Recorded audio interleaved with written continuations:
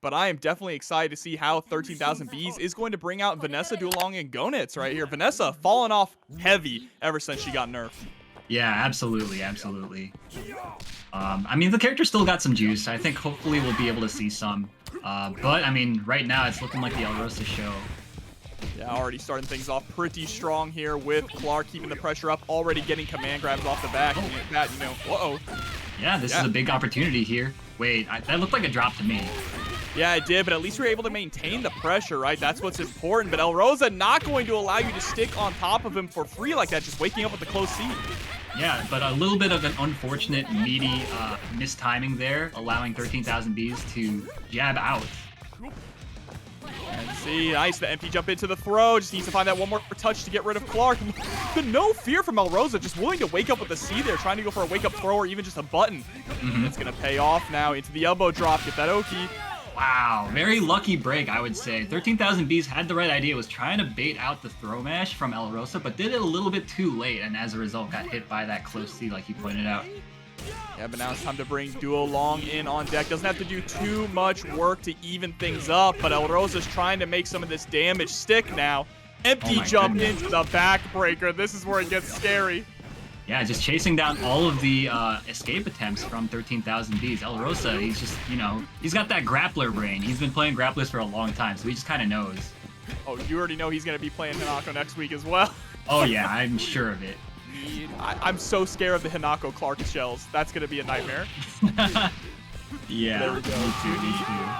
All right, but here we go. Clark is finally down. He did the work that he needed to do, though. 13,000 Bees is definitely on the back foot up against the ropes. Duolong is not looking too good going into this Isla.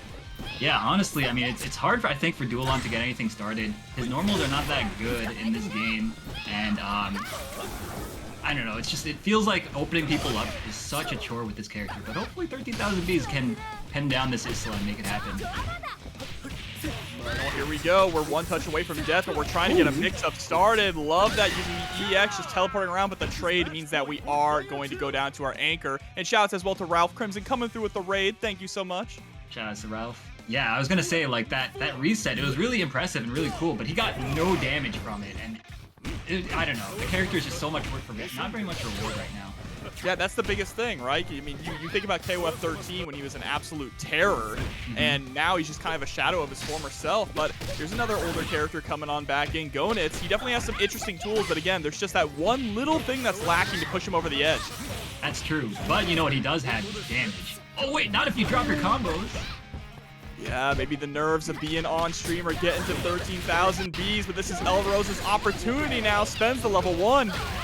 This character also does a ton of damage as a character. So much. Just being able to combo super into super is so powerful in this game, especially when you combo super into a pickup into another super. Right, Few and far characters in between have that. You know, characters like Isla, characters like Benimaru. It definitely puts them over the edge when it comes to damage. Yeah, for sure. And a lot of the game, a lot of what makes a character strong is, of course, how efficiently they spend that meter. And Isla is one of the most efficient.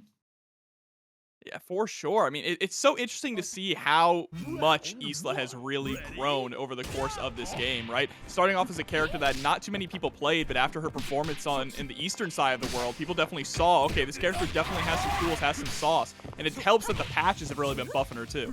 Yeah, man, they really want her played, it feels like. She's the MC. Yeah, she's definitely, she's their wonder child right now. Oh, nice. Gets him with the meaty close B. Yeah, you want to talk about a wonder child. Clark coming through, just flying under the radar in every single patch there, just taking down Vanessa like nothing.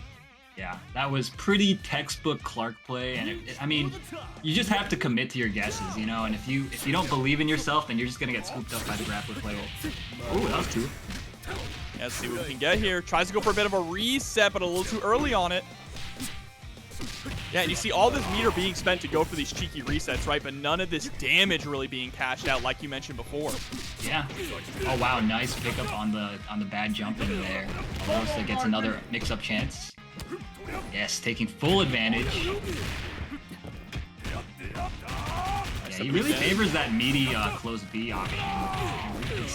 It feels like 13,000 Bees He's always caught like kind of sleeping after the close B situation, and Rosa manages to sneak some stuff in, you know, over and over again. Yeah, it's the fear of what's going to come afterwards, right? The possibility of a frame trap as well. And huge shouts to Johan Gomez coming through with the Prime for 16 months. But we're trying to slow things down a bit, you know, hide behind our fireball, but it's just not going to work. Whenever a Duolong gets in, Rosa's not afraid to just hit buttons. Yeah, he's really been good at punishing the bad hop attempts from 13,000 Bs. Nice, air to air. Yeah, that's another textbook thing for Clark these days. Is he's kind of like a lame character in neutral now. You just you jump around, sticking out buttons here and there, and then convert into a little bit of damage with anywhere juggle, just over and over and over again, and it's so frustrating. Yeah, and it helps too that he snowballs so easily, right? Once you get knocked down multiple times, he starts incorporating that strike throw game, and once the command grabs come out, it can really fall apart fast. For sure, for sure. All right, 13,000 Bs manages to get this Clark out of here, but now we're gonna see the Isla coming in. And this is going to be a tough mountain to climb. Only about 2 bars remaining here. Has to make this reverse OCV, and up against a character like Isla of all things. Yeah, Isla with almost 3 bars to start too, so it's going to be tough. Basically, next touch could kill him. For sure, just teleports right out of the corner. You have to be careful about calling out those tornadoes as well, depending on how far away you are. A block could prove to be your death, but here we go. Spends the level 2 just enough to get the kill, and Rosa takes it 2-0. Yeah, really good stuff. Clean play from Rosa, showing why he's one of the, you know, even though he hasn't really been as active lately, I think he's still one of like the more respected, feared players, you know, in the United States. So good to see him competing again tonight. Yeah, not going to be too bad here. I mean, this is a tough matchup for Dinosaur either way, right? Benimaru has the limbs, has the tools to keep Dinosaur out and really poke him at that safe distance. Yeah, I mean, it's tough. It's always an uphill battle with this character. Any character against Benimaru feels like in this patch is going to have some trouble. Nice. Armor grab. DP immediately. Nice with the body slam going on in. Gets another command grab. Yeah, DC Terry's taking the fight to Yurikov right now. Oh, went for another. Getting a little too greedy now. And that's what you live and die by the grabs as a command grab player. Live and die by your reads. But here we go. Yurikov capitalizing after the level 1 with an extra DP. Ooh, gets thrown. Nice block on the double overhead. Very tricky. So careful about this approach. Yep, just letting the DP rip. So smart. Even if it was blocked, the chip damage was going to be enough to get rid of Dinosaur. Yeah, really well executed by Yurikov. Good game planning there. DC Terry now down to the Terry. Oh, interesting. Basically, trade. kind of like a replay of the first game anyway, so it worked out. Yeah, for sure. Yurikov is a little bit lower on health than before, but that's okay. Still keeping the pressure up. I like the check there with the 2A to make sure Terry can't jump out. Yeah, but you know what? DC Terry's doing a decent job sticking out the correct limbs. Oh my goodness, excuse me, that whip was so costly for him. And Yurikov was ready for it. He knew that it wasn't going to reach far enough. It was just ready poised with the 2B, and there's the throw. 2 characters down, and it's all up to Rio now. Yeah, and like you said, Yurikov was, he planned that. You saw how he was moving around. He kind of knew that was coming, and I'm pretty sure he backdashed, you know, to put himself into the exact correct spot. Yeah, his spacing is so good. That's one of the things that sets Yurikov apart from a lot of these other players. Is he knows exactly where he wants to be on the screen and is able to call out his opponent's habits. And now, 5-bar Rio is definitely a contender to be able to bring this back. You just have to find the right touch. For sure. Okay, there we go. Oh, he went for the anywhere juggle, but he dropped it. Yeah, drops like that are going to be the death of you. Gets the JB there, but we're in start of a scrambly situation. Yurikov coming out on top. Yeah, all of this damage that he's taking right now could have been avoided. Oh my goodness, nice jump, but a terrible punish, unfortunately. And just spends the level 2, banked it all on the overhead, and Yurikov is going to take game number 1. Yeah, that was a great block from Yurikov. Yurikov is one of the players that you don't really want to test his reactions. His reactions are so good. If you just go for an overhead without conditioning him to look for other stuff, I feel like he's 9 times out of 10, he's going to block it. In my experience, at least. For sure, you can't just throw it out as your first option, right? You really do have to get that conditioning in with a lot of the sweep cancels into the parry. Yeah, for sure. And Smug Blue Dragon coming through with the Prime sub. Thank you so much for the support. Lots of support early on from all of you tonight. Thank you. Round 1. Alright, game number 2 now. DC Terry. See if he has something new up his sleeve for this Yurikov Benimaru. Alright, yep, JB on in. Gets the touch. Another run-up throw. The throw game here from Yurikov has been on point as well. Yeah, he went for another one there, but DC Terry was having none of it that time. Oh, almost got over the jump button. And now, again, in the corner, has to take all this pressure. Oh my goodness, it's so hard to block that, honestly. And here comes another mix-up. Oh, just goes for the safe option there. Checking with a meaty 2A. Was able to bait out the guard cancel. No punish on it. Oh my gosh, great jump from Yurikov. Oh my god, another command grab. DC Terry cannot be conditioned. He's always going to go for it, it feels like.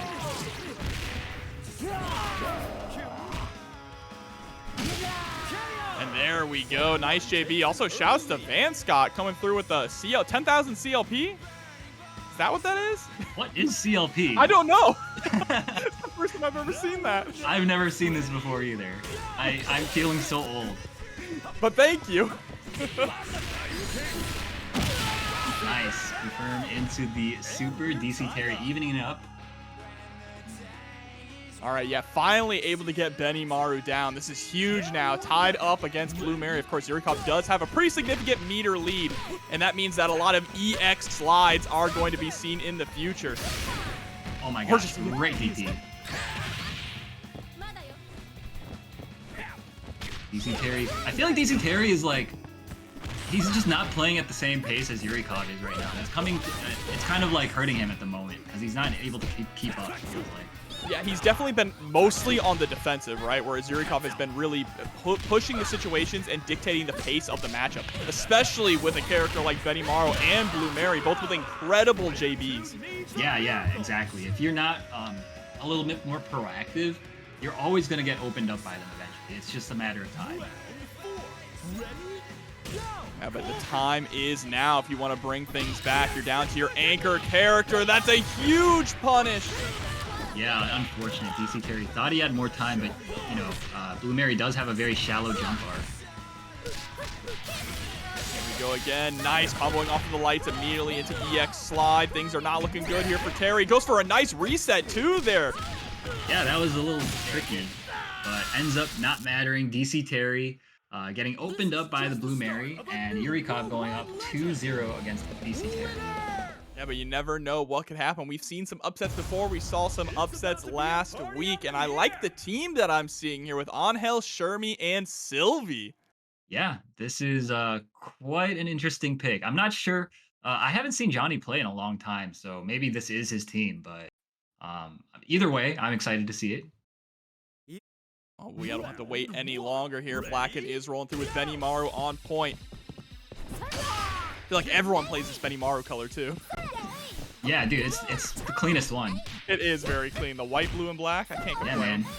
It reminds me, I don't know if you ever played MapleStory, but like when I was a kid, I played a ton of MapleStory, and there's like a set of armor that it reminds me of.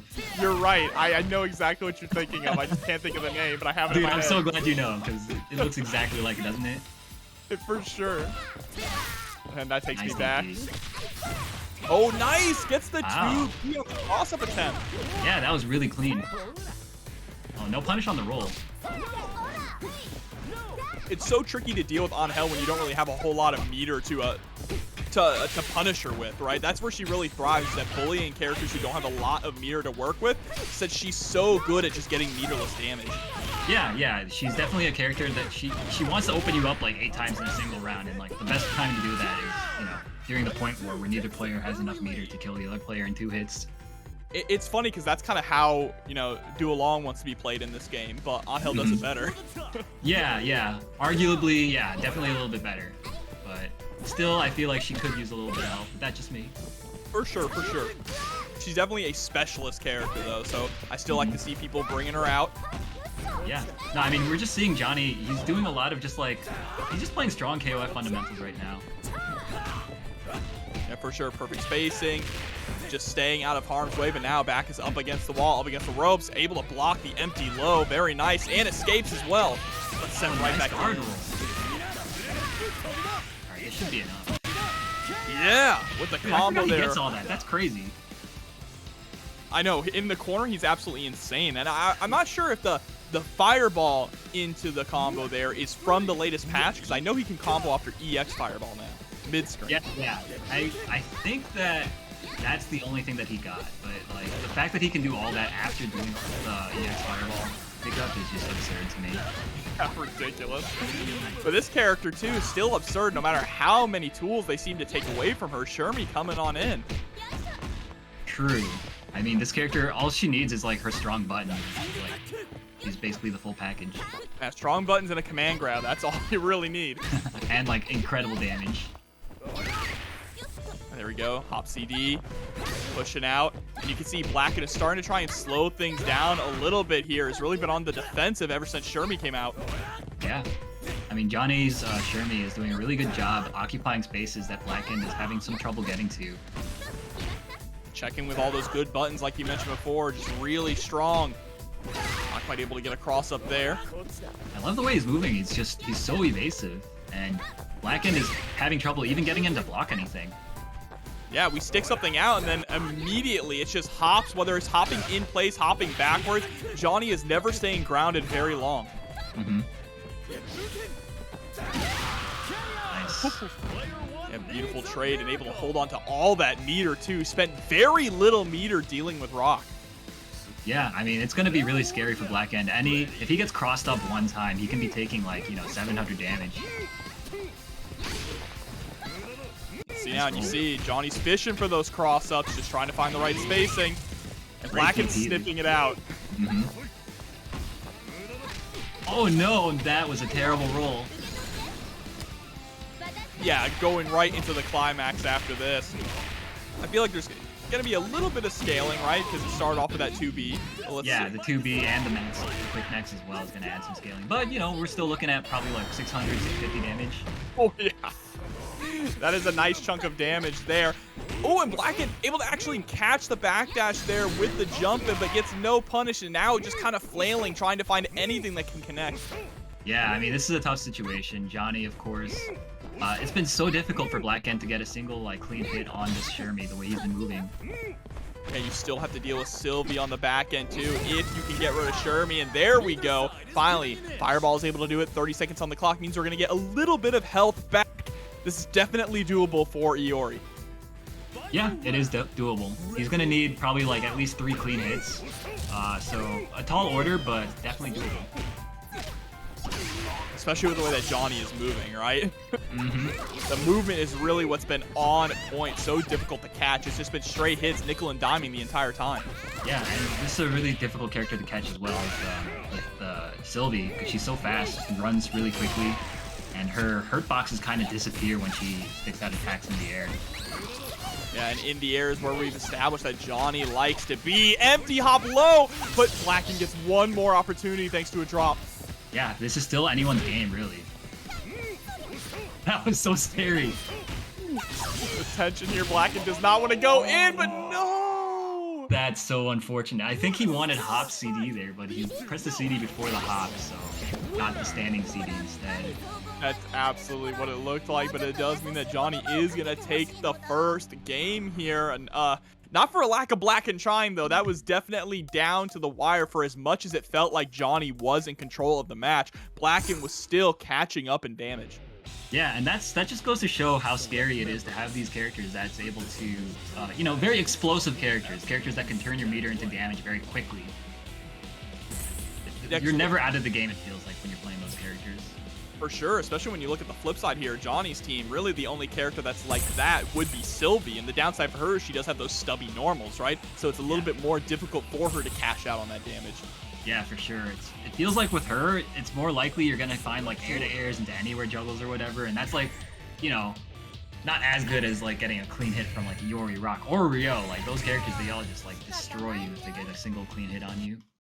Yeah, and they're also very efficient with their meter. And we're bringing Rio in on the point position, which is an interesting choice here, right? Bringing Rio in on point. I guess if you want to play that kind of parry footsies game, which we might be seeing from Blackend.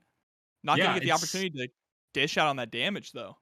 it's odd because the character he's kind of slow and like lumbering. You want to like kind of establish a wall with him. And on Hell, she wants to be moving around constantly. So I guess maybe trying to control more space with those fireballs, not allow her to move as freely as she wants to. Yeah, I could definitely see that, right? The fireball's a little bit hard to maneuver around compared to Rock or Iori's, which go along the ground. Nice. Oh, almost gets a big hit. Nice. The way that he's using these normals, though, it feels like he's a lot more comfortable with this matchup.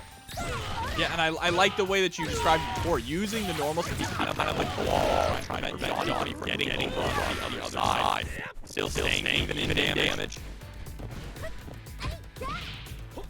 Nice RC there.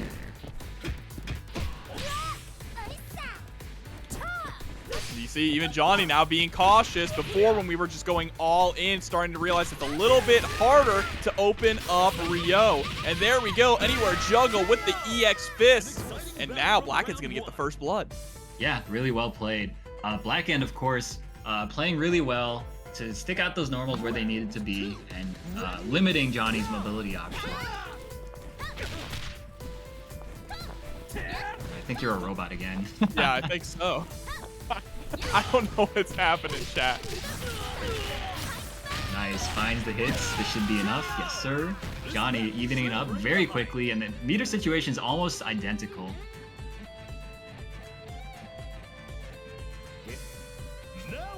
Blackend bringing in the rock. Sorry, chat, I'm trapped in Arsenal gear. I don't know what's going on. But we'll keep going. Oh, that could have been really good if he had confirmed it. All right, hopping on in. Nearly got a punish too. Blackend needs to find a way to get out of this corner. Yeah. You see the way that Blackend is kind of, he's like, it feels like he's kind of petrified, especially when he's in the corner. He doesn't want to move around as much. And that makes him an easy target for Johny. Nice block on the cross-up. And now he's back in the corner. Yep, trying to use those fireballs also to push our way out. Has to be very careful with those fireballs though. A lot of them were getting jumped over, and like if you're getting too predictable with them, you could just die for throwing them. Nice shatter strike. Yep, spend it. A Hail Mary worked out. Exactly. Worth spending all the meter that you need to get the kill as well, just to get Shermie out of the picture here. Now you have that extra character advantage. Wow, big whiff right in front of him, but no punish. Hard to punish that, honestly. 5 bars now, Johny.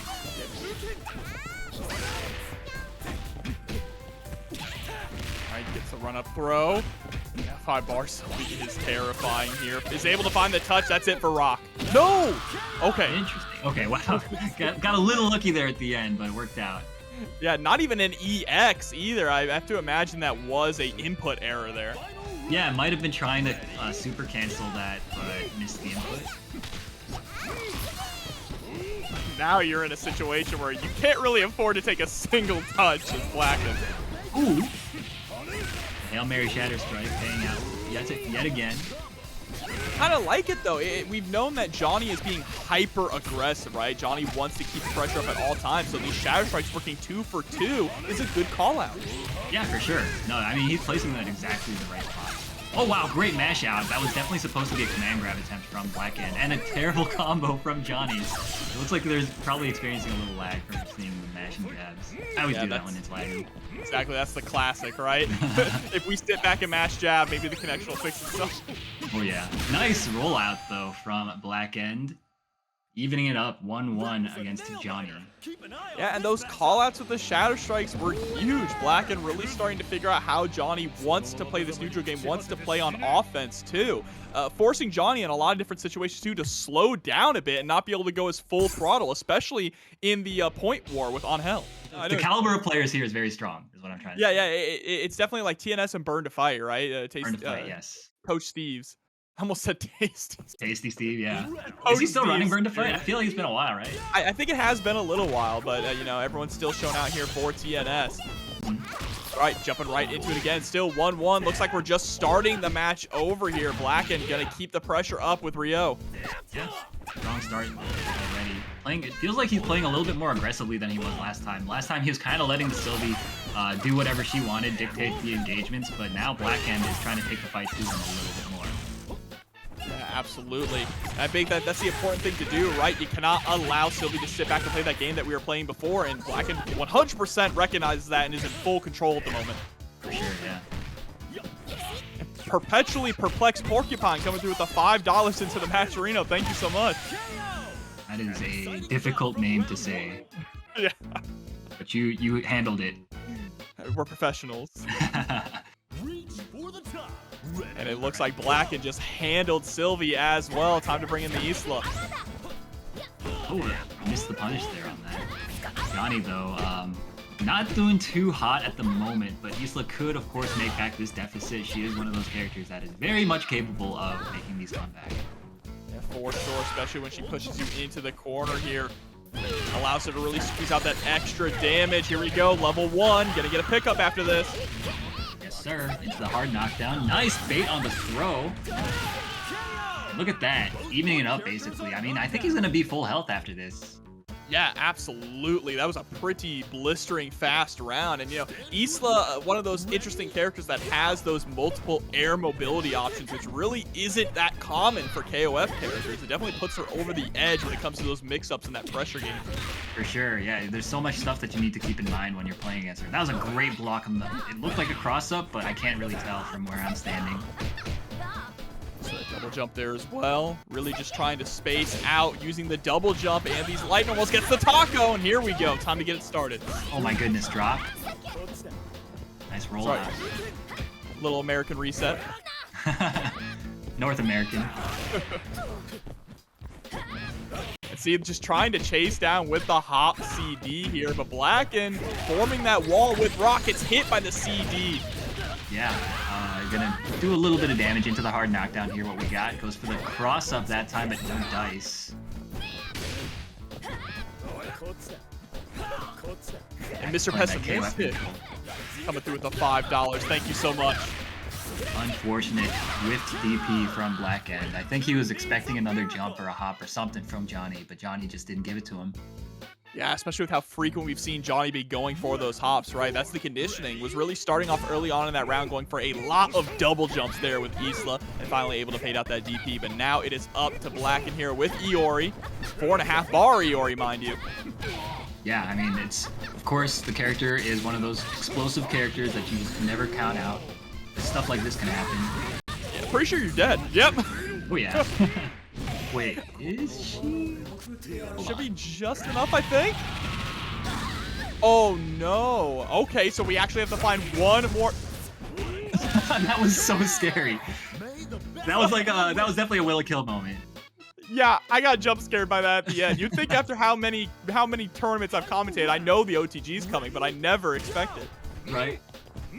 Mr. Pessimistic coming through with another $5. Thank you so much. Now, of course, the meter situation favoring Johny, but again, Iori is capable of getting those hits. Let's see what Shermie can bring to the table here. 4 bars on deck herself. Kind of a one-touch kill range. Taco isn't going to be able to get a confirm, sadly.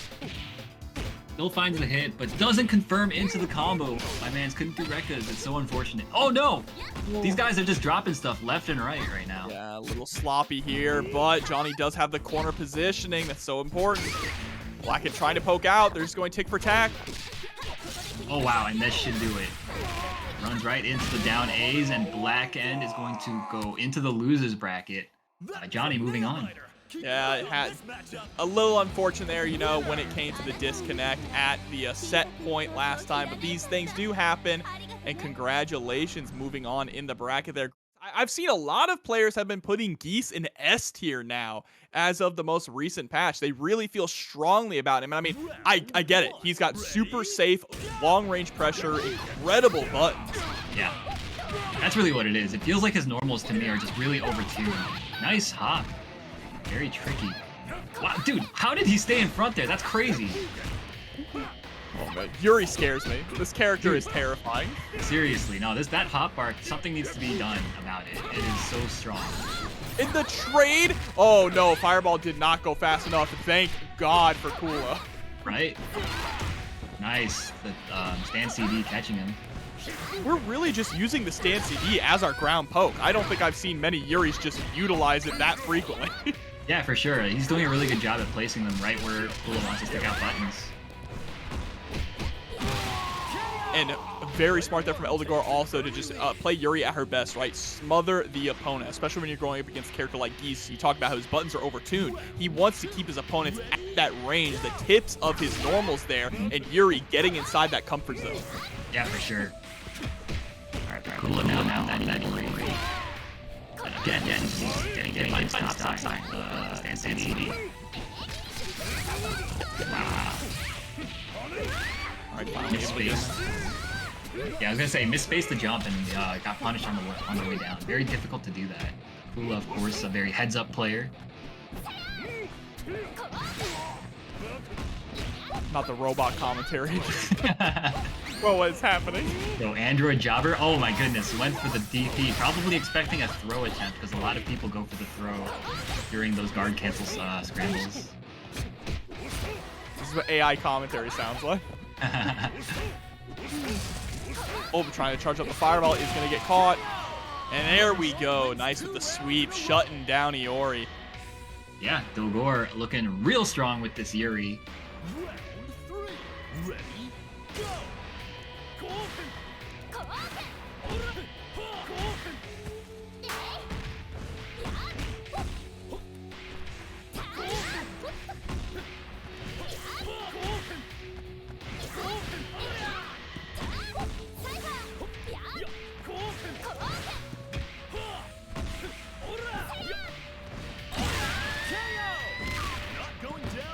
Shut it down, just letting the DP rip.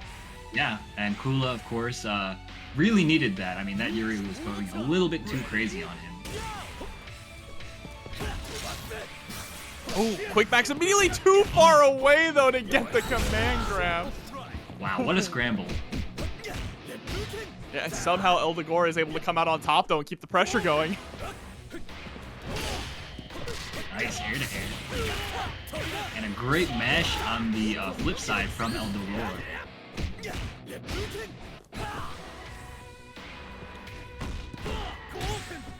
Alright, nice. Trying to keep the pressure up. Ooh, actually gets a check there, too, with the 5A to try and get a reset, but wow! I can't believe that DB connected, man, the way that it hit. McGurginator coming through with the raid. Thank you so much. Kula, basically just one poke will do it now, especially now. Yeah, and that's why Dogor is just playing so patiently, throwing out those fireballs. Gotta watch out for chip damage, too. And there we go. Yep, just giving the palm to the face. Dogor taking game number 1. Yeah, I mean, he looked real comfortable that entire time. That Yuri really set the pace of the match. I don't know, if I'm Kula, I'm thinking maybe might have to like redo my order or something, or maybe maybe he's going back to character select and maybe trying to counter pick her.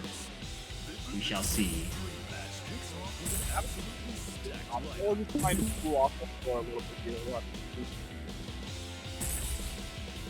You sound a little muddled to me right now. Can you say something again? Yes. Hello, Okay, chat. yeah, Am I okay? much better. I tried to leave. I tried to reset Discord for a second. Okay, yeah. Honestly, I never heard you the robot voice, so I don't know what it is or where it's coming from. But to me, you sound fine. Yeah, I can't tell it either. It's just the chat telling me I sound like a robot. But hopefully the robots will stay away. Judgment Day will stay away for a little bit longer. We can keep just us humans in here, all right? But we're bringing in Robert now on Kula's side. Interesting. So maybe he's thinking he would prefer to have a DP to deal with this Yuri. Yeah, Robert over Geese is interesting. I feel like Geese, he has the parry, right? As long as you can get the call out, kind of functions very similar to a DP. That is definitely true, but I don't know. Maybe with the DP, you don't have to be quite as like accurate. Like, you don't have to guess whether they're gonna do an empty torture, I guess. I mean, whatever it is, the switch here to Robert is working out pretty well starting off already. Yeah, for sure. Oh no, gets baited, and it's gonna do about like 50% here. Oh wait, went for the reset, and a nice block though from Kula. Yeah, and able to get out of the corner too. That is huge. Oh, I love it, using the dive kick there just to make sure you don't land on top of the fireball. The stagger. Yeah, beautiful. Changing up his jump timing and everything. Kind of giving Yuri a taste of her own medicine here. Still, you're not out of the woods yet. Still have to find that one last touch. And there it is over the charged fireball, shutting down Yuri and winning the point war. Yeah, really well played from Kula there.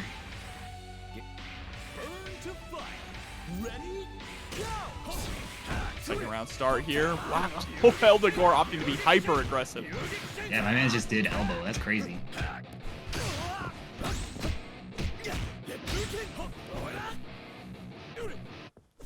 Looks like that start neutral again.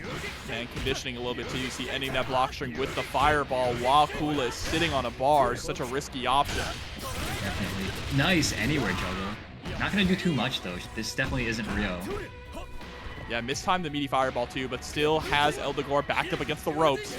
Let's see what we can get out of it. Oh, that's not gonna pin. Oh, it is! I did not know that it was that fast. That's crazy. Yeah, incredible there, just shutting down Robert. All right, let's see what Rio can do now going up against Rock. I always feel like this is a bit of a struggling matchup. Rock definitely has the range advantage here. Yeah, for sure. I think the way that his pressure works too, I feel like it might be a little difficult for Rio to contest it directly. And he can contest it a little bit better now that command grab isn't such a huge threat from Rock as it used to be. That's definitely true. That thing was so terrifying. Nice! Catches him with the down A mash. Kula now gonna take a ton of damage. Yeah, that was after Kula parried the jump in too, just had no response for it. Yeah.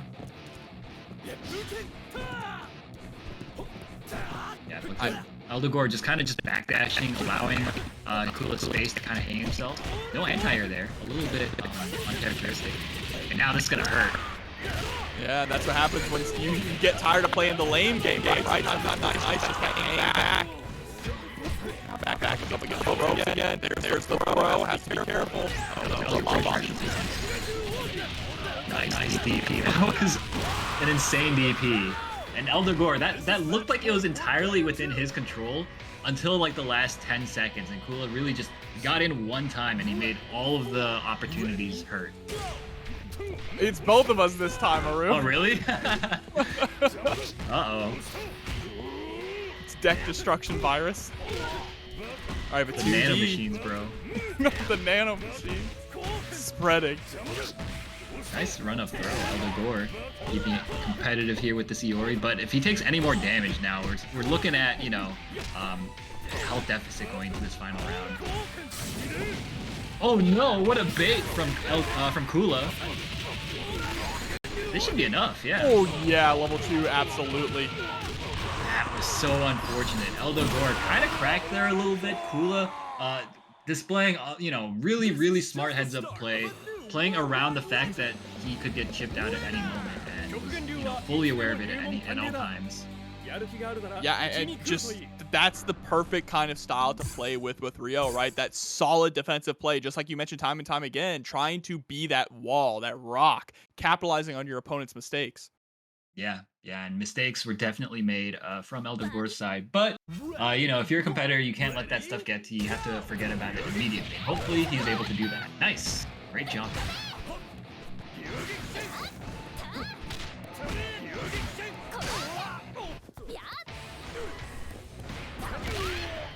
Wow, dude, I can't believe that anti-aired like that.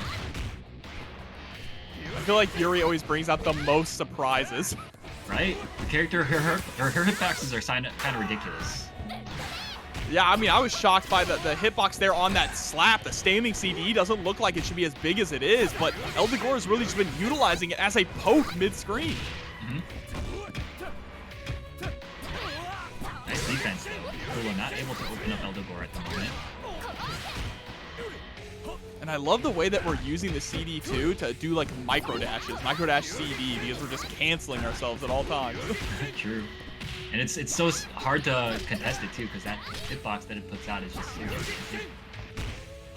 Look at that, just running on up for the close C.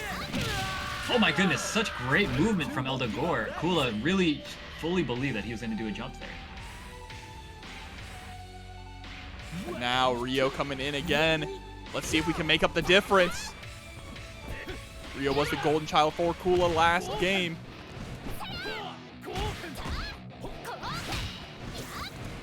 I like it, parrying all those charged fireballs. It's just going to be 3 meter. Anyone juggle, go for the kill. Sir, get her out of here. Don't want to deal with this child at all anymore. No doubt. And now we got Rock. Rock's wasn't that big of a factor last game, but Dogor does have a very solid Rock, so we'll see if he can make it shine this time.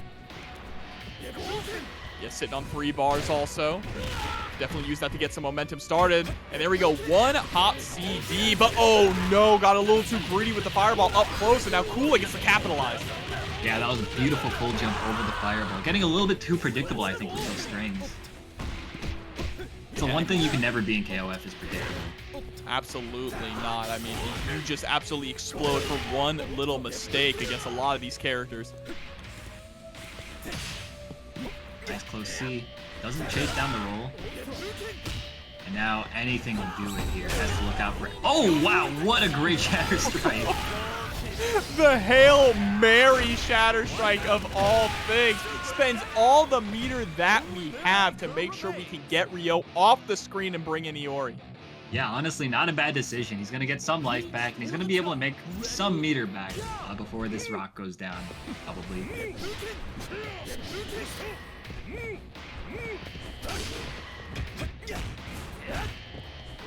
Oh, wow, going for the overhead kick there. Still, you can feel the momentum from Dogor. Already pushing Kula to the corner, trying to utilize that Rekka to create some space in. He's down C, painting that Yuri. And now, look, the timer's hitting below 42 seconds now.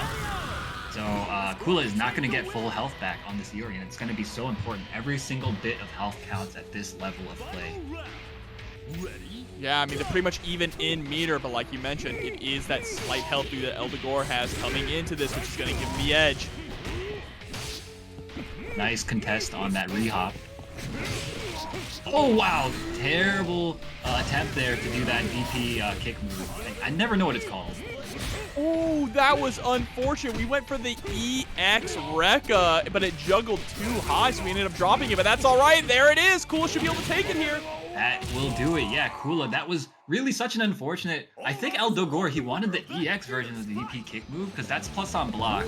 But regardless, Kula was jumping, and it was just not the right time to do it. So, you know, unlucky break for Dogor. He was playing so strong until that moment, but Kula moves on. Yeah, I mean, both of those characters very much specialist characters that do require a lot of time to be put in, and that's why you don't see them as often, right? People would rather pick the easier characters with the high reward already, but let's see how they bring it out here. I definitely like Shun'ei on point.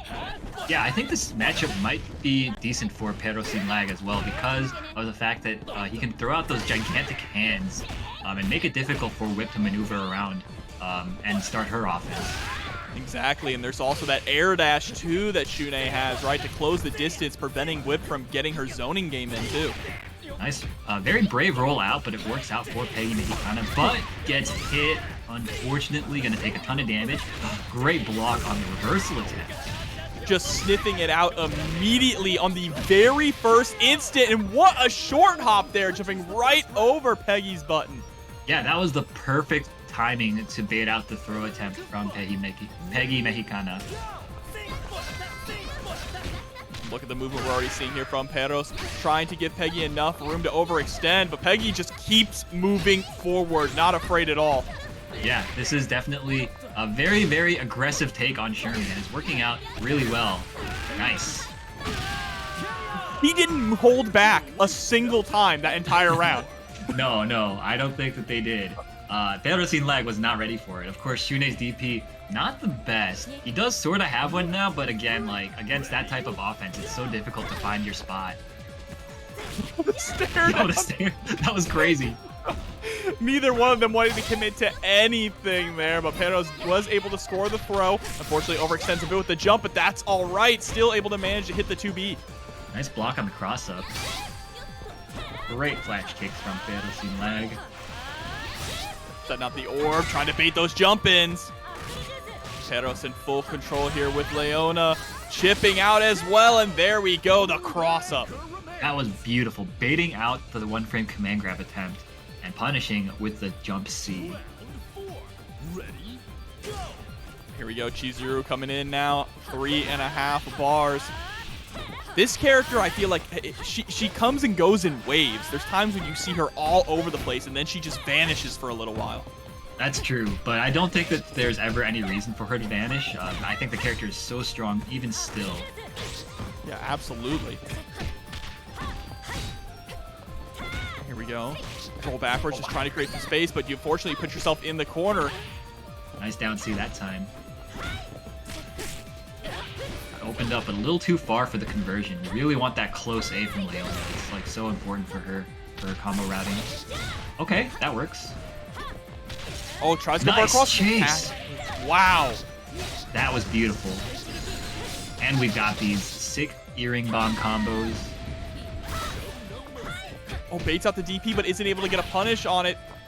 Still, though, Peggy recognizing we have to push our way out. You can't block a single one of those orbs. Nice. Using the Hail Mary clone, EX clone. And that will do it. Peggymexicana staying alive by the skin of their teeth. Wow, what a comeback there. Bringing it down to the anchor war, but this is going to be easier said than done against Whip. All Whip has to do is run away and score just a couple of straight hits.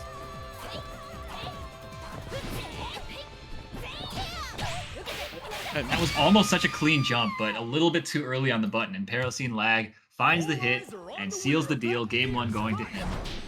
Yeah, but looking even more consistent week after week. Perros has been one of my favorite players to watch here in TNS.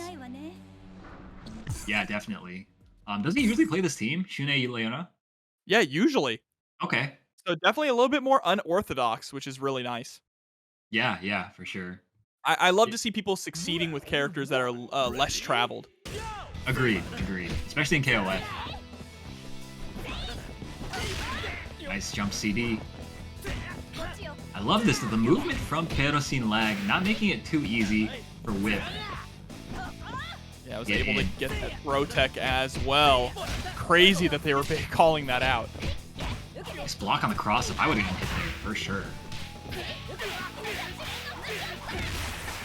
But things aren't looking as good going into game number 2. What a drop! That was very odd.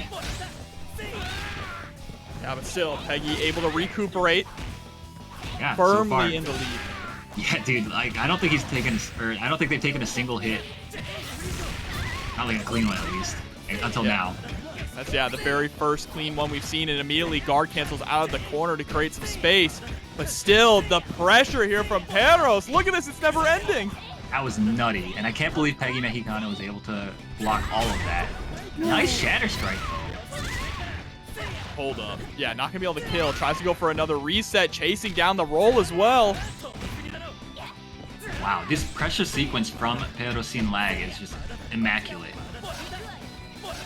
I like how we disengaged there, too, with the back air dash, right? We saw how low the guard gauge was getting and how low the timer's getting. There it is, finally, the sweep.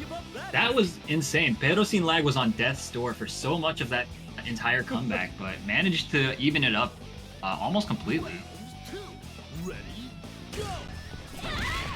But all that damage stuck, meaning that Leona is able to come in and clean it up real quick, tying this matchup fast. Yeah, for sure. Stand your ground. Ready? Go! I like the amount of Shermie that we're seeing tonight. Already a bunch. Yeah, I want to say this is like the 4th or 5th one already. Nice Down with the C. 2C. trying to hop out of the corner. It can be so difficult to escape from the corner against these characters like Leona and Heidern who have that flash kick. For sure. PerrosInLag, of course, demonstrating he's got great reactions, but is not able to block all of this.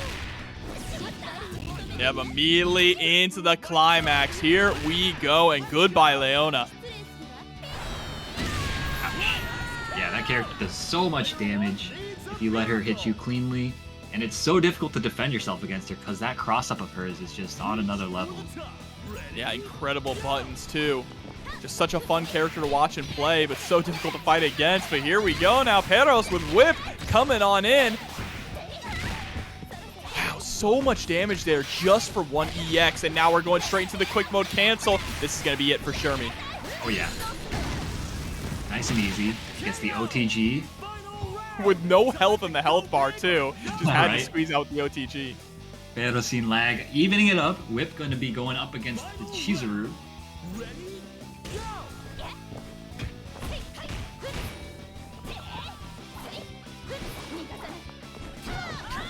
Pretty much dead even here, even in meter.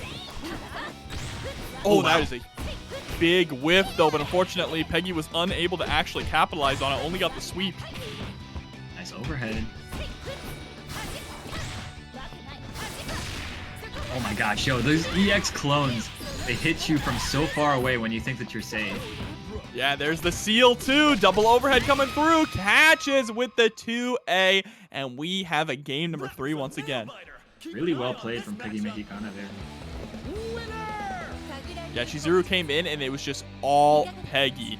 Perros didn't get a chance to play that round. Yeah, like there was one moment where he was just trying to disengage, like his life depended on it, but the EX clone from like downtown managed to catch him holding up back, and that was basically it for him.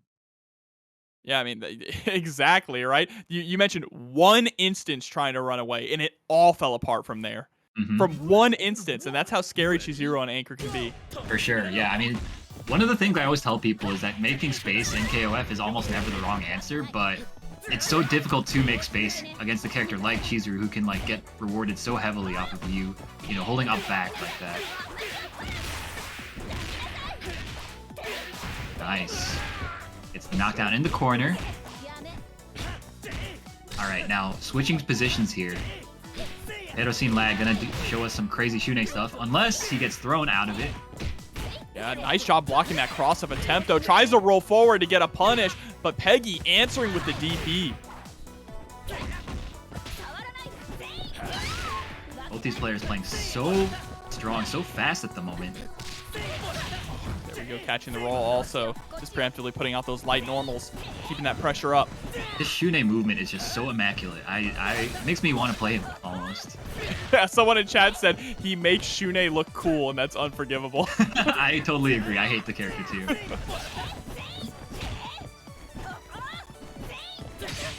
Nice air to air. Oh, and catches her low. It's not only the movement, it's his willingness to just run forward, too. He's not even, like, short hopping forward. He's running forward. Oh, yeah. The guy, he's just like, the way that he moves around, it's like, it feels like he has a read on where you're going to be, and he just isn't afraid to move in ways that would normally be risky to other people. Nice. Catches the, I think that was an in front jump C.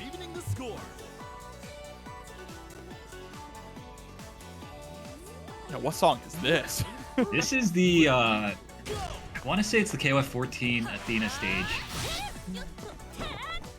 I think it's Shanghai. Athena's got some fun music, too. Yeah, definitely. Oh, wow. Looked like we faked the run under there. Ended up staying same side.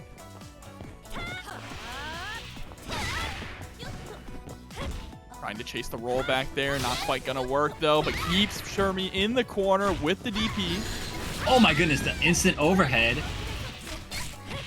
And catches her low yet again. Peggymexicana still alive, though. Went for a double overhead there. That was crazy. I can't believe he jumped that command grab attempt. Yeah, wow. And now Perros is here sitting at set point. Sorry, I need to send Peggy down to the loser side. Remember, this is to qualify for top 8 winners, so there's a lot at stake here. That was nutty. Close D on the Leona. I don't know what that thing is called. It's the dash slice move. Yeah, just immediate. Here we go, answering back. Wow, what is this combo? Is this the stun? Oh my I god, actually it's don't still know. going. I think this is the stun route. Oh, it did! It did stun! Oh my god. That was sick. Yo, PerrosInLag showing all the flashy stuff.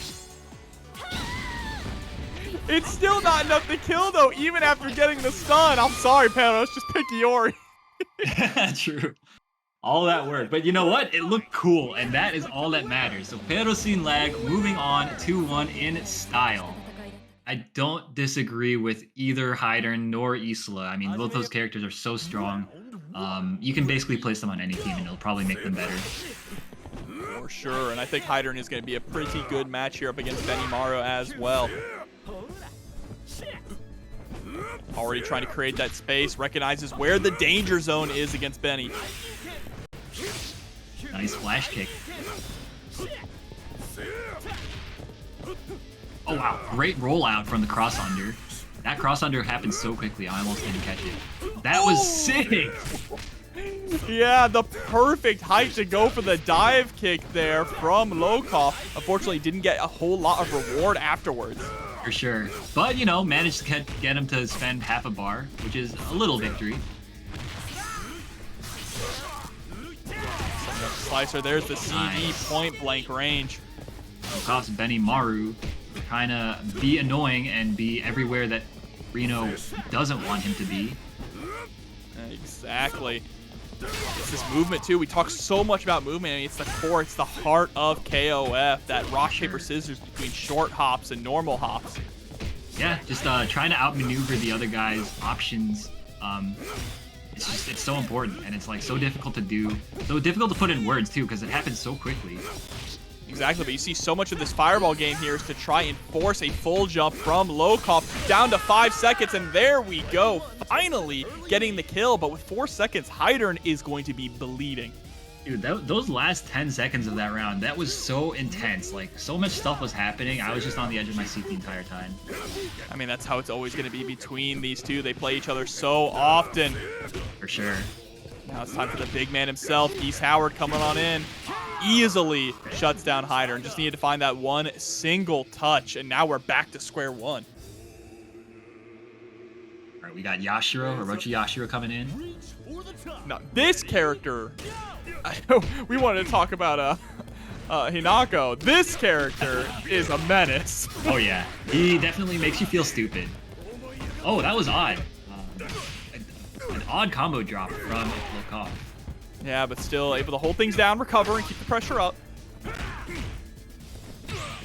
Wow, did the down C a little too early. Dude, you see how he's placing the perfect, or not the perfect normals, but he's choosing the correct normals, but he's mistiming it just slightly, and it's costing him so much right now.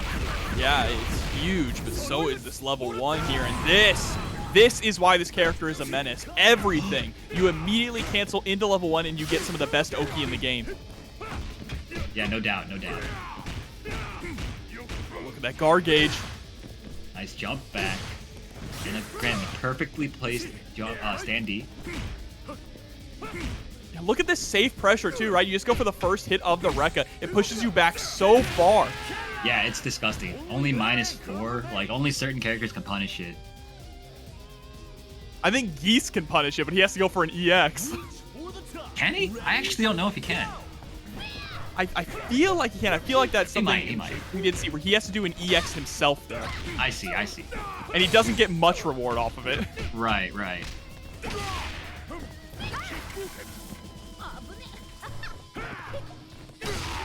Oh, wow. I wanted to say that he went for... Or no, he's going for those down Cs, I guess. But if he went for the, what's it called? The counter? He'd be beating those clean, just saying. Yeah, I mean, trying to anti-air Isla can be a little tricky, even with a great 2C like Geese. And Geese is going to go down, and here we go to the point war. Time for Yamazaki to come in. And we've been really hyping up Lokof's Geese, but his Yamazaki is also one of the best in the world. Agreed. Again, a character loyalist with this character, Yamazaki. Believed in him when not many others did. Yeah, what gets me with the way that he plays Yamazaki is just how seamlessly he is able to blend those snake arms into just neutral. Not even necessarily to hit the opponent, but just to build up meter. Yeah, I mean, honestly, it feels like the character is kind of like an extension of himself. Oh no! Drops the punish. Big damage now into the hard knockdown. Oh no, doesn't go for the hard knockdown. Yeah, wants the reset instead. Keeps the pressure up with the close C. Oh no, this time's the anti-air. Unfortunate for Rino. Yeah, now going to get kicked straight back to the curb here. Great positioning for Lokof, but utilizing the guard cancel just to get some breathing room.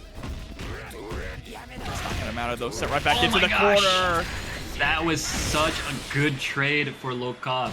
Using that stand CD and then converting off of the trade into big damage. That was exactly what he needed.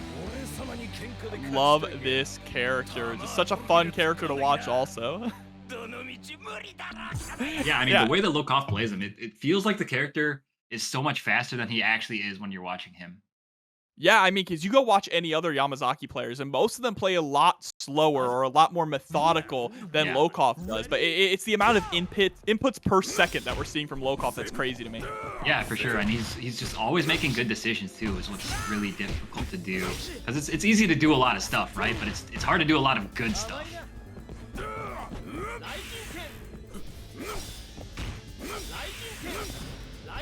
Here we go, just trying to find a way in over the zoning from Rino. Yeah, I think, you know, if he disengages like this to full screen, I believe Benimaru has the better of it because I'm pretty sure he builds more meter from throwing fireballs than Heidern does. Nice DP. Oh yeah, he definitely does more meter than Heidern does. Yeah, a bit of a battery war going on, right? With the way that they're just chucking out fireballs. Mm-hmm. Who can get to 1 bar first? Oh yeah, and it's always going to be Benimaru. But, you know, you don't want to approach too haphazardly because, you know, Lokof is capable of DPing you like that. Oh, wow, keeping the pressure up there with the EX lightning ball. Nice run-up throw. Ooh, yep, overextend just a little too much there and ends up losing Heidern for it. Yeah, Lokof was playing so clean there, so methodical, didn't give Rino basically any opportunities. Now we're going to have to break down the wall for opportunities here with O.Yashiro. Just utilize, pick a button, really any button. Yeah, true. You can say that about Benimaru too, though, right? That's true, but I'm a little more scared of the C normals from O.Yashiro. Fair enough, fair enough. Nice air throw, though. Lokof keeping this guy contained in the corner, putting him in jail, basically. Nice. Yeah, look at that. 2C, JC, 5C, pick one. They're just possibly the best C normals in the entire game. And there we go. Gets the kill with the level 2. Yeah, he really needed that. Rino gonna get most of his health back here. Lokof coming in with that Geese, though. Again, scary character, especially this patch.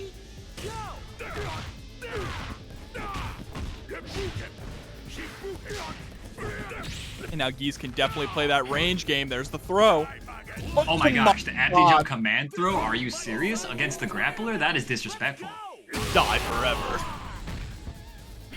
The damage on that too. Yeah, it's kind of nutty. Nice down C.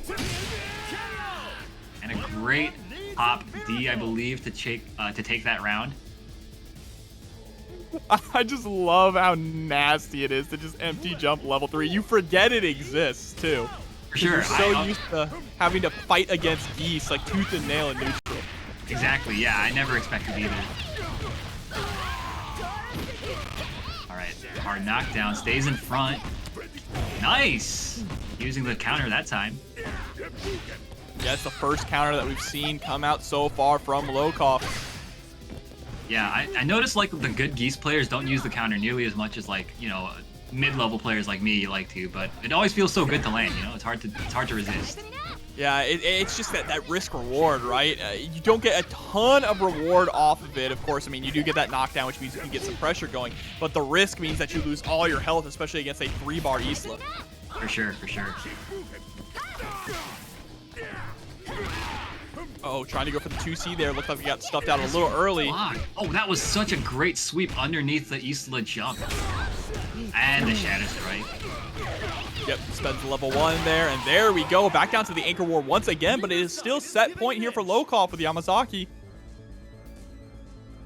Yeah, that Yamazaki, again, it was such a problem for Rino last game. Hopefully he has a game plan for it this time around. Oh, wow. He's in front, but doesn't complete the combo. This could end up haunting him.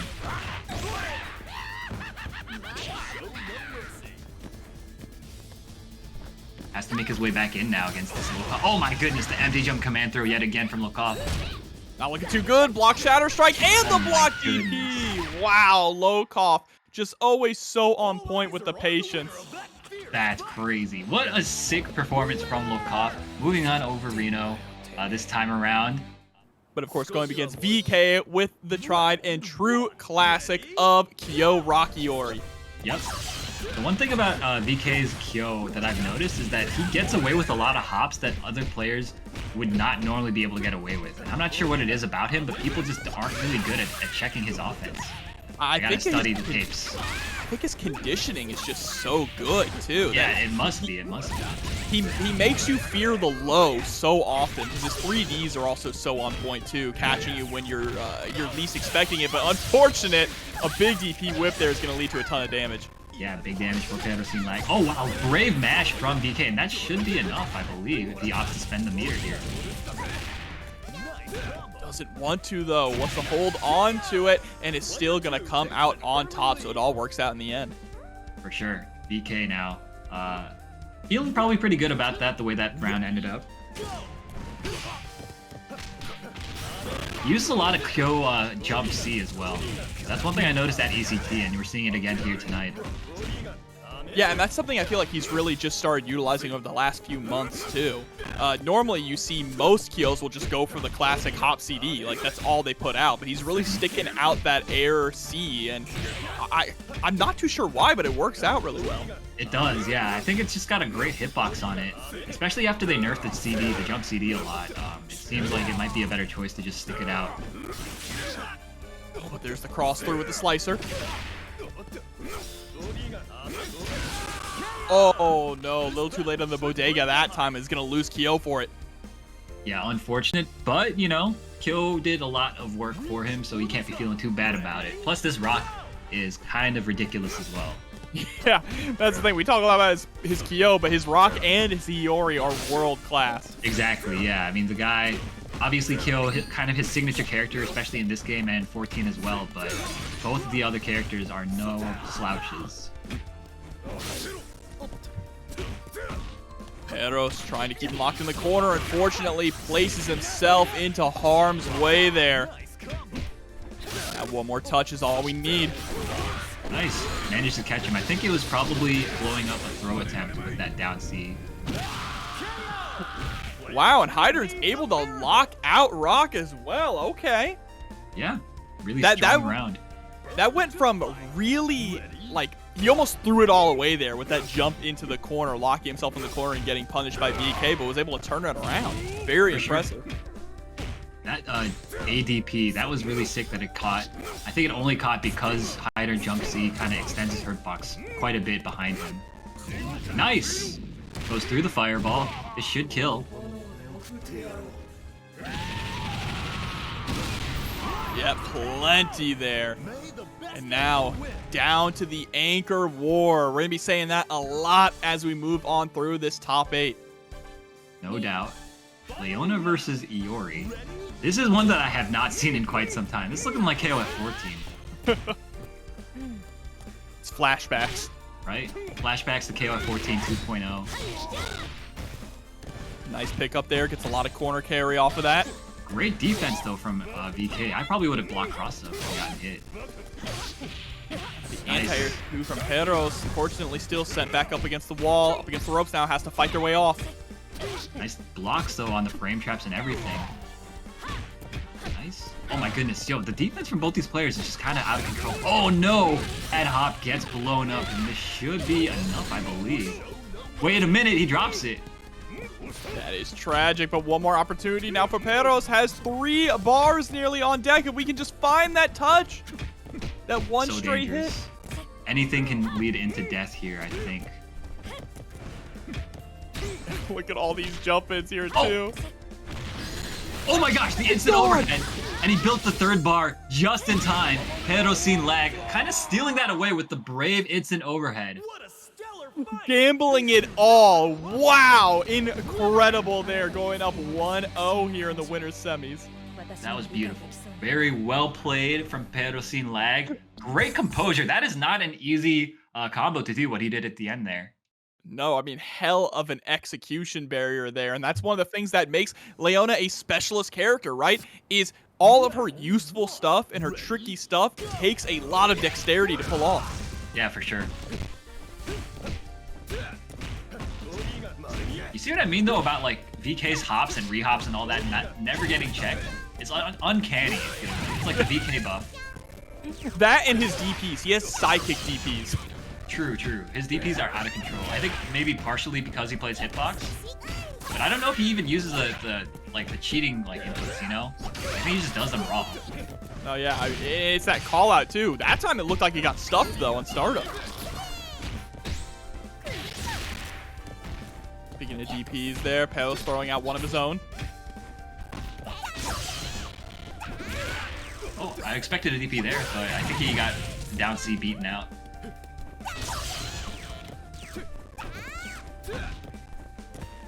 Nice empty jump throw. You saw how PerrosInLag, I believe he expected a cross up, so you saw him kind of walking around there. Was not expecting the throw. And that's definitely that conditioning, right? It's VK stealing all those turns with those hops and hopping in with normals consistently there, was able to just get that free throw for the kill. Wow, run up, down B, catches him standing up, I believe.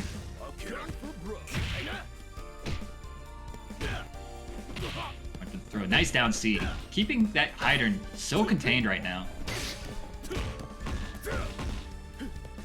Yeah, there we go. Creates some space as well with the roll backwards. Uses the guard point there on the Rekka, but I don't think he believed in it. No, it didn't seem like it. He got punished. I don't know if it was a real punish or not, but the down C ended up catching him. Yeah, because he just stopped short, immediately got the hit, and then didn't do any follow-up there. It just allowed Perros to get out of that situation for free.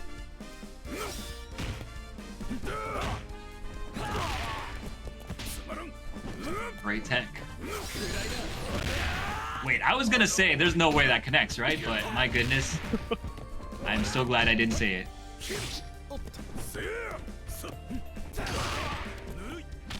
Oh, no conversion, but it doesn't matter. Opens them up low anyway. Victory in their sights. And now, down to Leona here. Anchor Leona for Perros. Was able to make a good comeback before, but now we have to go through 2 full health characters. That was odd. Ducked right underneath the C version of the Baltic there.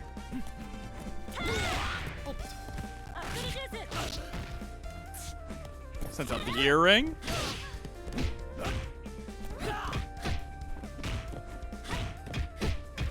Man, the defense just blocking all these cross-ups. This time tries to go for an anti-air, but the cross-up hits a little too high, allowing VK to get the throw. Yeah, it's really, it's hard to overstate how difficult it is to play this level of patience and play this composed against players of this level. And these guys, that's why they're at this level, is the fact that they're able to play like this when they're up against players of a similar caliber. And I think we're gonna get the install here too, or are we just going for the raw damage? Oh, it's the install. Looks like, yeah, that's it. But it's still enough to kill. But yeah, you're absolutely right. When you have someone hopping over and over at you, it's so terrifying, and every fiber of your being just says, press a button. I need to get out of here. I can't be blocking anymore. Yeah, having patience is definitely, it's a skill that you learn over time. Because a lot of people, especially mid-level players, they just want to have their turn back so quickly, and as soon as they see negative frames, they start pressing buttons, and if you're too predictable, just like anything, you'll get destroyed. Ready, go! Let's see now. So far, Sylvie's been the one getting destroyed in the start of these matchups. And it's looking like a little bit more of the same here with VK. But there we go. Able to hop out, now has the corner positioning. Yeah, and now you see how he's moving around, trying to keep this kill contained so that he's not able to dictate the spacings. Oh, but unfortunately gets hopped in on. Oh my gosh, that jump C. Again, ViolentKain is a wizard with that button. Yeah, just so clean. And now looking even healthier than ever going into Heidern. Just as this set has been going on, Kyo has been able to get that lead faster and faster. Yeah, for sure. I mean, it feels like, I don't know, like VK, his Kyo is just like, it just finds every opportunity possible, especially right now. Okay, lucky break here for PerrosInLag. Stays in front and a great block though, from another great block from VK. Yep, but the trade there is going to be enough to shut down Heidern. And things are not looking good for Perros now. Has to make a full reverse OCV with Leona. I mean, we're sitting on a full stick of butter, but I don't know if we're going to get the chance to cook with it. Yeah, I mean, it's so difficult to, I mean, especially the way things are looking right now. This VK Kyo, it feels like every single time he finds, you know, his way in, he finds an opening and he gets some damage. That's just so hard to make this kind of a comeback at this point. Especially because he's been getting more consistent as the set has gone on, too. Yeah, it feels like he's just getting the download more and more as the set goes on. But we're trying to find that stray hit. I mean, we're getting these 2Bs, but we're not confident enough in them to go for those quick cancels. For sure. Oh my gosh, the run? It says, let me out of here. Dude, like, it's just impossible to catch him the way he's playing right now. Yeah, he does not want to get hit by a 2B at all. Look at this, and then the run-up throw. Oh my god, run up, pause, 2B. VK moves on in the winner side of the bracket. Dude, VK was so in the zone, like, it felt like he could do no wrong that entire game. Yeah, I get it. Doesn't want to ape Shadow X's style, you know? The Yeah. Clark K-Dash. The Clark K-Dash Iori, the same team. That's true, that would... I guess maybe that might be a factor. Oh my god, but you know what? Angel is already cooking, putting in the work, has Geese right up against the wall.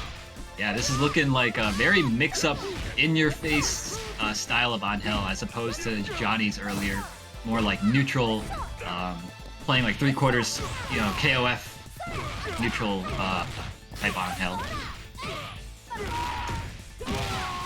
Oh my Nice. god, yeah. Absolutely dominating first round there. Lokof was barely able to get really any offense in, which is surprising. But again, it's that getting inside of Geese's buttons. Once you're able to get in that range, that's when you can really control his neutral game.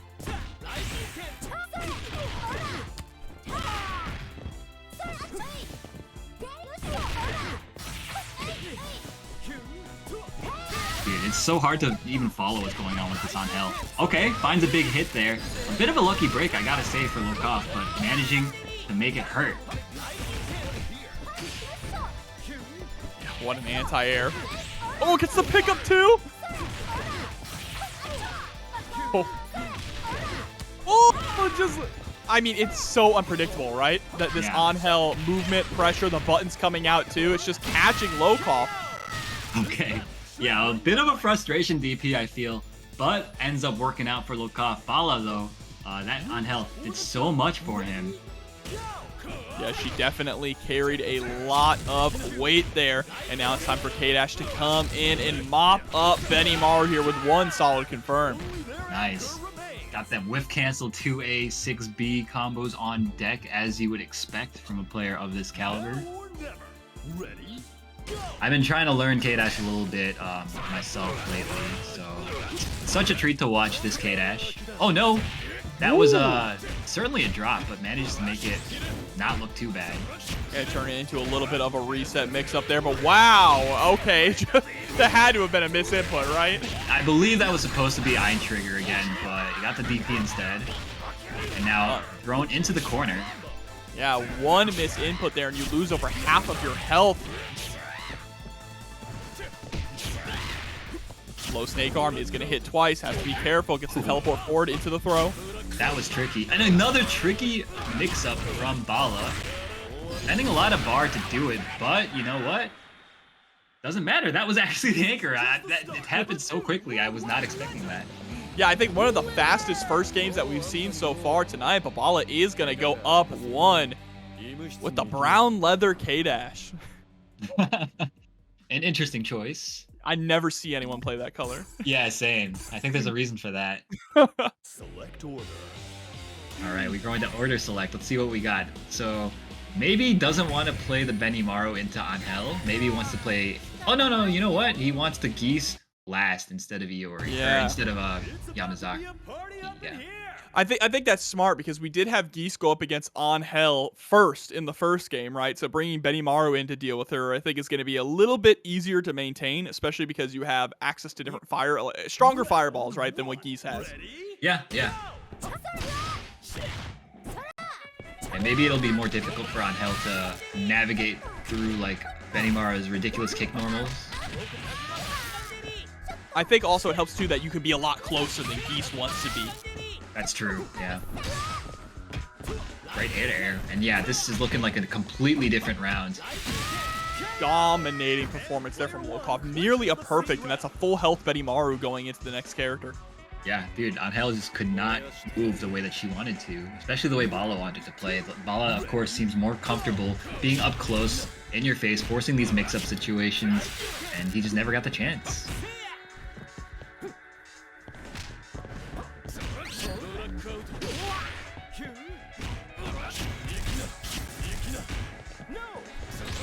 Oh, dashing on in and doing absolutely nothing. High level movement, bro. Gotta keep him guessing at all times. Nice. The up kick finds its mark. Nice combo. The double DP. Stylish stuff. Yeah, tries to go for the empty low there. But wow, just jumps into a ton of damage right into the danger zone. Yeah, great confirm from Lokof. Yeah, we're seeing a lot of follow-ups after the fireball here from BALA, just running forward and doing nothing, though. Unfortunately, this time gonna get caught by the level 1. All right. Lucky break there with that close C finding its mark, but Lokof feeling pretty good, probably. Yeah, absolutely. Staying pretty even here. Actually has a pretty substantial life lead now with Yamazaki coming in. Benimaru did a lot of good work. Oh, wow. Very unlucky, that jump.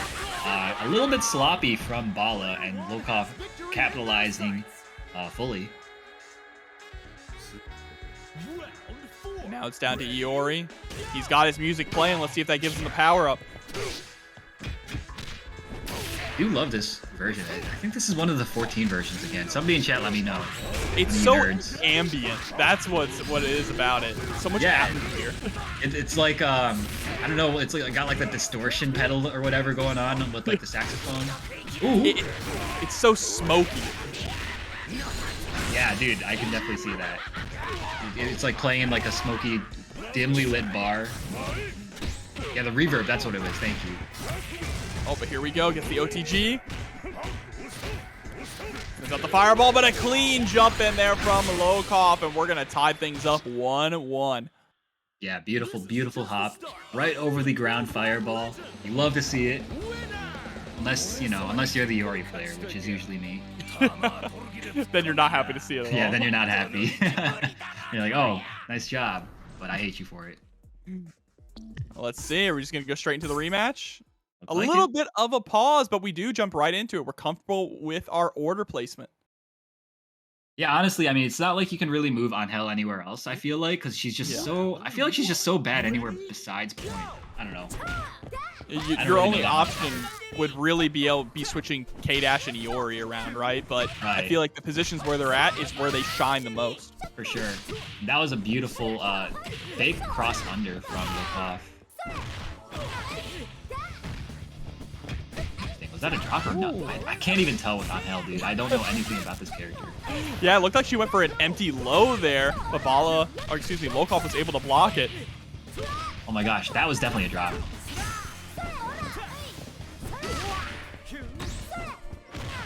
Oh my gosh, that was so sick. Wow, blows up the Shadow Strike too, and there we go, Lokof, like you mentioned before, kind of a frustration DP. Just get off of me, give me some space. That entire sequence was so amazing. The way that BALA layered his offense to cover, all of Lokof's escape options were just so... It was incredible. I would like to see that again, honestly. Here we go with Angel. She's He's going to keep the train rolling, but does get caught by Yamazaki. Still going to be alive here, but just barely. All right, the jump back B catches on Hell, approaching a little bit too recklessly that time. Lokof manages to even it up.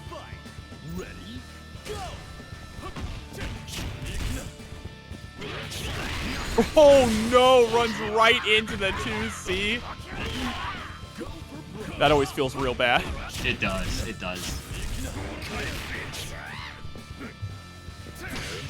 Nice, again, the anti-air. Beautiful, Lokof playing just so cleanly. Yeah, and he's willing to just kind of sit back too, right?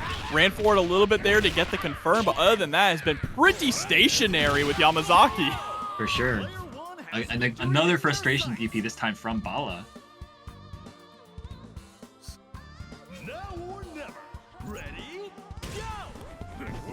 Now, final character for BALA has to make it count with the Iori. Trading CDs. Yeah, go for the big boop, and the Shadow Strike is gonna blow right through. How much are we willing to spend though? Level 1. You're gonna spend another? No. Wants the hard knockdown. Goes for the safe pressure, which gets blown up low.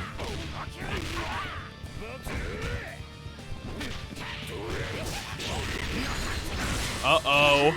This is not looking good for BALA here. Getting kicked out of the corner, so has a little bit of breathing room, but one more touch and that's it. And hops right over the EX Fireball. Lokof taking it 2-1 over BALA. It ends exactly the same way with the jump over the Fireball. Like with this new Fatal Fury, it feels like it can go any direction because there's just not very, like, there's so much different stuff that happened throughout the Fatal Fury series that like it wouldn't be surprising to see them go anyway.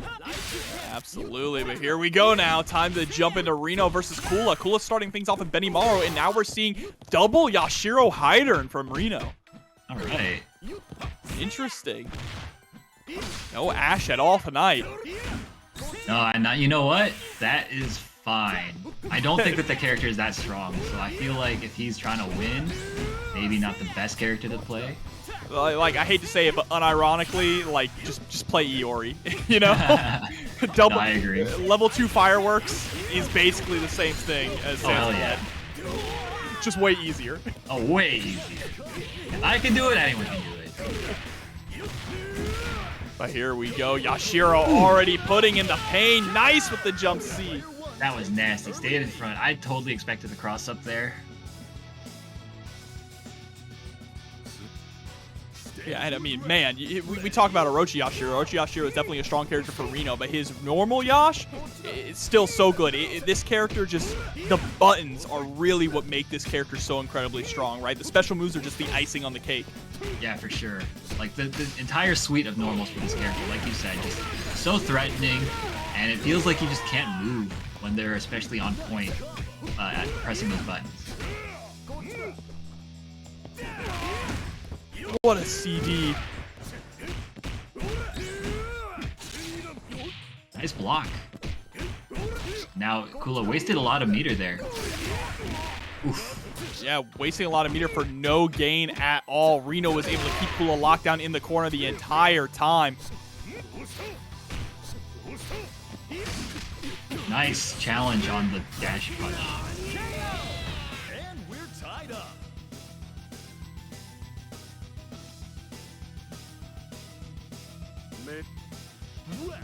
Here we go, bringing in Orochi Yashiro. Still have to deal with the same buttons, but this time with the grappler variety.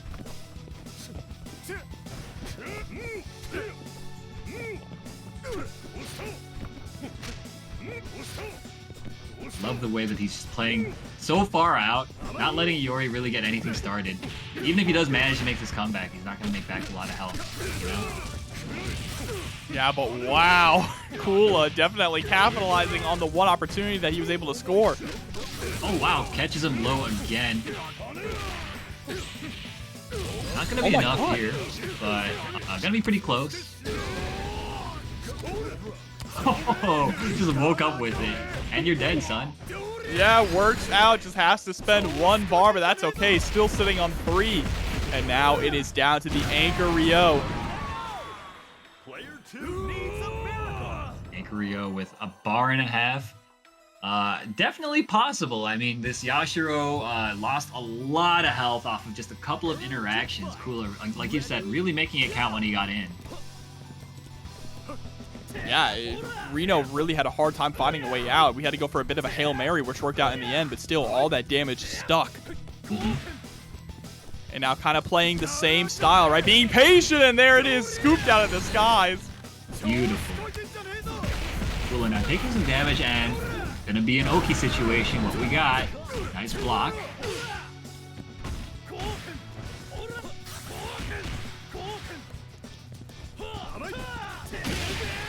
Oh, what a trade. Now down to the anchor battle. Right. Rino now down to the Heidern. No longer on the Ash. Probably a good thing for his mental health. Oh, I believe that was supposed to be flash kick. Good for my mental health too, man. So I don't have to shut up during Sans Colette. Right. Definitely the jobber curse. I hate it. I hate that it's lore. Here we go. Pressure is up now. Neither of them want to take a big risk here. You see just poking with that 2A, trying to catch Kula running in, and there it is. Beautiful. All right, he's going to spend... No, he's not going to spend the 2 bars. Actually, it wouldn't have killed anyway, so I guess this is fine. Yeah, holding onto that meter. Also defensively, right? In case Kula is able to get in and get some pressure. Hold up. Interesting, interesting. All right. Kind of a waste, honestly. That went on forever. Good lord. It did, yeah. He did spend 2 bars for it, but again, not very much to show. I mean, the longer this goes on, the more meter Kula builds up, the scarier this actually gets for Rino. Flash kick there. Just to push in for 1 hit. It could be anything. 9 seconds left. Someone has to make something happen. Yeah, and at this point, I think it's basically his game to lose, yeah.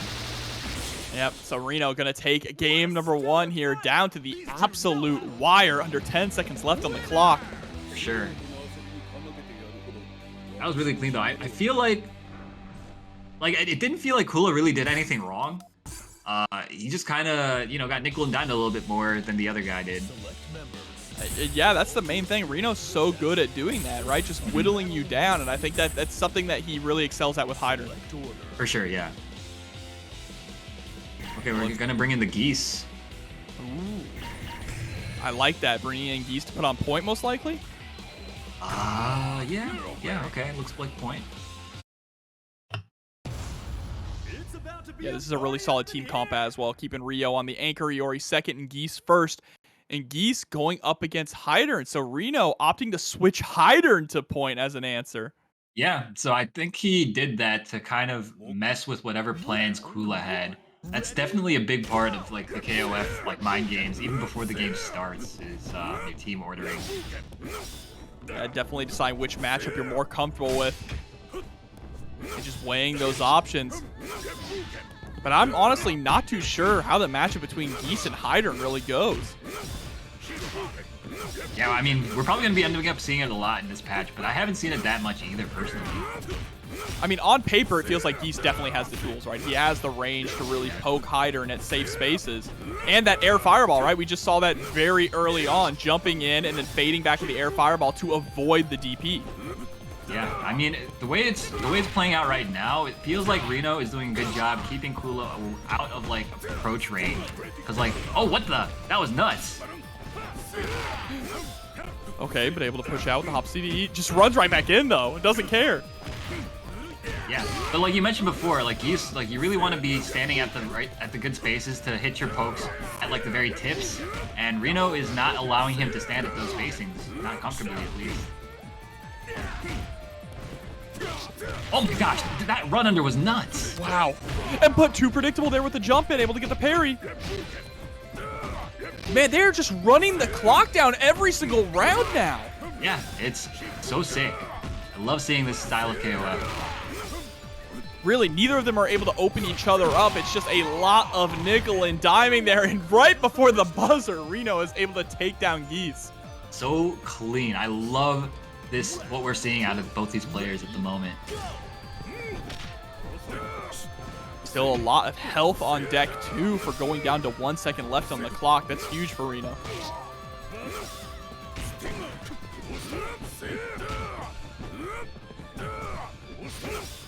Dude, this sounds like one of those Tekken songs. The one like, I think it was in Tekken 6. It was like the Fallen Colony or something is what it's called. Yeah, I get what you mean. Oh, nice. Blows up the command grab attempt. And now Rino's gonna get a ton of damage. One of the first big clean hits that we've seen in this round. And it's already been like 25 seconds. What?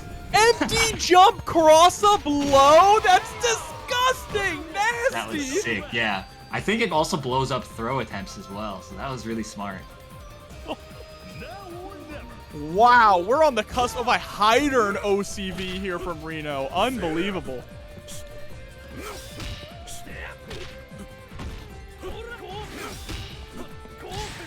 But surviving this is going to be tough. Sure. I mean that for Rino. Yeah, for sure. The thing is though, Rino, I feel like his Heidern plays a lot like further away than a lot of other Heidern players that I see. A lot of Heiderns, they like to go for the cross-ups, they like to keep you guessing with like all the different mix-up options that he has. Rino seems very comfortable playing the lane game. Yeah, speaking of mix-ups there, just that straight jump, same side JB.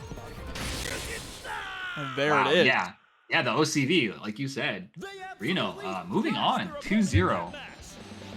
Yeah, I was not expecting that. I was not expecting a Heidern OCV from Point at all. But Rino does it. He does what he does best, bringing incredible moments, and is going to move on in the loser side. I don't miss Kula, I'll say that much. I don't miss Kula Diamond. When she was just for a couple months dominating the game. Yeah, she was on every team. I really hated, especially back then when she had that brainless EX Tatsu that she could just do. Yeah. Ugh. I still don't really like her that much. I feel like, but like, I don't know. It's hard to hate her that much because she just plays like basic ass KOF. Yeah, for sure. And, you know, she does have the Snowman Oki, which is fun. But look at that. Empty low into the 2B, using that Tatsu. Nice. It's a bit of a gimmick there. Oh my goodness, that is not what he wanted. I'm sure of it. Wow. But now let's see if Leeanvan can take this opportunity and capitalize on it. Wow, so much damage for very little meter spent, too. On Hell is just such a joy to watch. He needs to find a way in. The limbs are too long, though, with that 2B. Yeah. Kula, of course, famously has one of the more ridiculous 2Bs in the game. She becomes one with the floor when she presses it. Honestly, it felt like when she was on top of the world that she was the replacement for Vanessa. It was very similar combo structure. It was just 2B, carry you to the corner. Right. Wow, great blocks, though, there from Tamago. But you can't block forever. Does eventually get caught. Yeah, but doesn't get hurt too bad for it, at least. Uh-oh, this should hurt, though. Yeah, should be dead, in fact. That's level 1. Yep, there we go with the follow-up afterwards. All right, Tamago now. The Blue Mary. This is kind of the character that I know him for. Even back during the 14 days, I feel like this was kind of one of his stronger characters. Oh, great anti-air, though. Unfortunately, roll forward puts Tamago back up against the corner. And yeah, his Blue Mary is phenomenal to watch.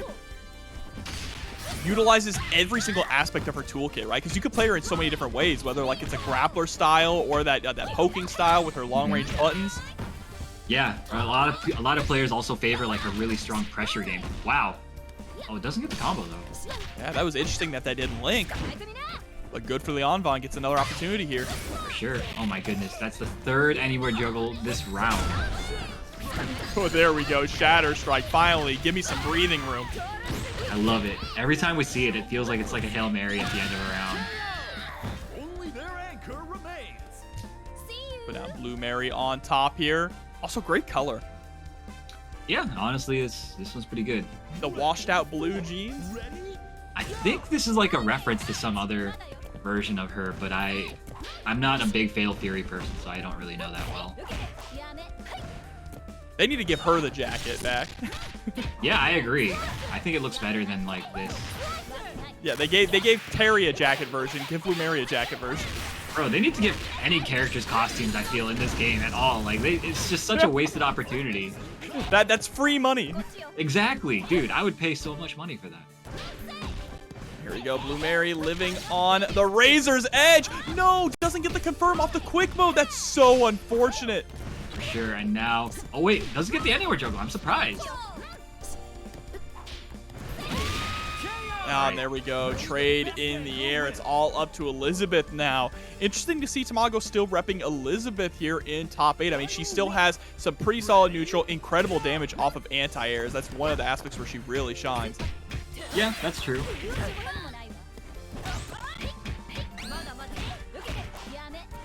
I wonder how this matchup goes, though, because I feel like you kind of have to get over whip to contest her jump normals, right? But, like, yeah, sure. I don't know, man. Elisabeth isn't, like, great at doing that, I feel. No, definitely a lot harder to anti-air whip just because of the range that she's hitting those jump ins. But wow, speaking of anti-airs, there you go. Right? Yeah, and Leeanvan kind of made it a little too easy for him there. Okay, Tamago getting anti-aired himself.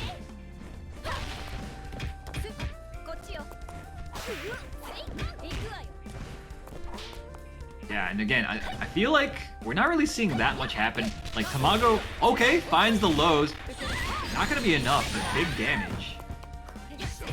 Yeah, he runs in immediately to go for the low there. Gives up the turn. That was so scary. I feel like he could have gotten punished there, but I don't know anymore. Oh my goodness, the anti-air again. Leeanvan's so clean with it. Oh, but puts himself right back into the corner. Oh no. Messes up the anti-air that time, and Tamago taking full advantage. Tamago now up 1-0 against Leeanvan. Yeah, just unfortunate. Committed fully there. Here we go. Time to jump straight into the next one. Are we going to go back to order select, character select, maybe? Perhaps. Oh yeah, character select. All the way back. Now here's the question. Are we going to swap out Angel maybe? I always feel like Angel is the first one to be dropped. Right? I do feel like that's been the trend. Select order. No. Oh, interesting. Whoa. Okay. Vanessa, instead of Isla too. That is odd. That is a, yeah, definitely a interesting decision, but I really respect it, bringing Vanessa in. For sure. I'm like, I don't hate it. I think Vanessa is like a bit underrated. Maybe just a bit. So I don't think she's great. No, she is definitely not nearly as good as she was in Vanilla. Right. But, you know, she still has that solid corner carry, which is definitely plus for any character. But we were just talking about how Kula and Vanessa are kind of similar, and here we go. They're fighting each other right in the point war. Uh-oh. Lands right on the close C. Nice movement, though. I already like what I'm seeing. Yeah, I like the way he's like staying right outside of Kula's comfortable hop range. And that's kind of where a lot of Kula's offense begins, is getting those hops in. Oh, rolls out of the corner, only takes a little bit of damage as tax. Yeah, being very just all over the place with movement, but it's working out here. There we go, finally able to capitalize. Yeah. Oh wow, that was really random. That entire sequence really worked out for Tamago. Uh-oh, but it looks like should be alive here. Yeah, we're not going to spend the 1 bar. Interesting call out. Level 1 to call, yeah, the instant overhead. And wow, the sway backwards immediately into the slide punch. Nutty. That was so good. Baiting the throw with the slide. Ready? That was kind of sick.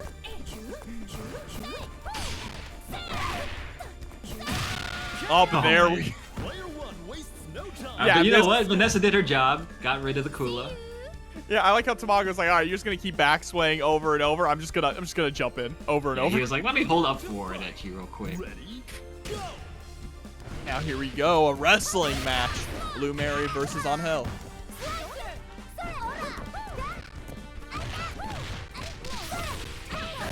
okay. Nice punish on the shallow jump in.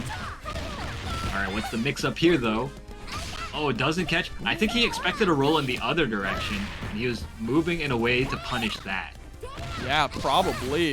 Angel is based on a lot of callouts there on your opponent's Oki, but here we go. Gets a second opportunity. There's the knockdown. Just goes for the neutral hop. Lovely. I like the way that he's structuring his pressure, not overexerting himself, and playing for the future engagements. This is match point for And a dominating round two. Going to get a ton of health back here for Angel. Going into this Elisabeth, I could see this going to a game 3. Yeah, certainly possible the way he's been playing. And again, just character just has so many options, right? With her Unchained sequence that it's really hard to lock her down or predict what she's going to do. Yeah, and the way that she moves around, it's really, like you said, it's unpredictable. Oh. I was going to say, like, my man's went for that like 3 times in a row. Cannot believe that Shatter Strike hit from that high, and we got a full confirm off of it. Oh, okay. Got a little lucky there. I think Leeanvan tried to like anti-air or something, but got caught by the jump D. And now anyone's game, really. Tamago does have a bit of a meter advantage against Leeanvan. Yeah, it's sitting at set point 2. So it's Leeanvan up against the ropes here. Beautiful with the EX anti-air.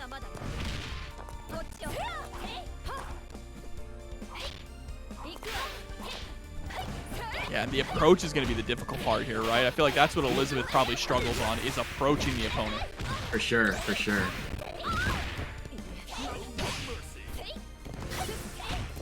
Actually, a character like Whip, man, it's like, okay, there you go. That's how he starts.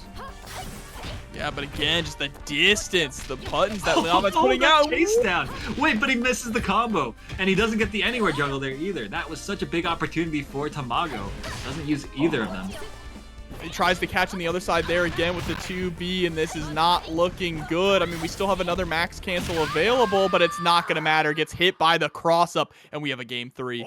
Damn, that was such a sick read. He chased that roll, and he ran in such a way he ended up on the other side. That was nuts. Just wasn't fully ready for it, though, unfortunately. Yeah, man, that was so sick. But again, you really have to complete those combos to get full credit there. Yeah, absolutely. Close only counts in horseshoes and hand grenades. round 1. Ready? Go! Here we go now, jumping straight into a game number 3. This is it. Loser gets sent home. Oh, that's true. This is loser's side. Nice DP. Uh-oh. Big punish. Opportunity, but dropped. Trying to go for the uppercut. I like this, though. Tamago's really trying to force the issue a bit more with this Kula in this round. Last time, it was really just Leeanvan using the backsway frequently at that hop spacing. Nice DP. Yeah, and I don't think there's necessarily anything to be too afraid of with the backsway, right? You can just keep going in and try and punish it. There we go, nice 2B as well. Yeah, for sure. Reach for the top. Ready? Go! All right, round start situation. Let's see what Angel's going to cook up this time. Really, the MVP of last match. Yeah, agreed. So right now, getting opened up, not looking too hot for Leeanvan.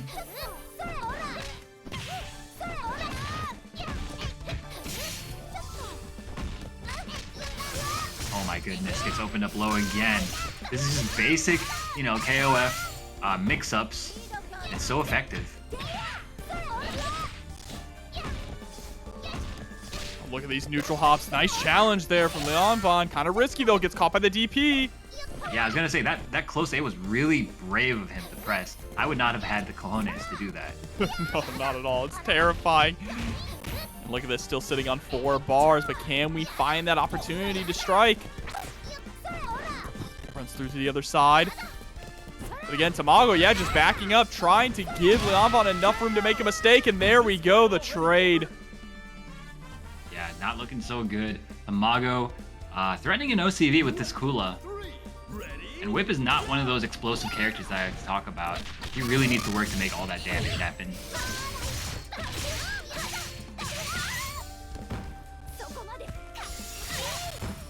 score the throw. Remember, this is set point now. Oh, Kula OCV possibly.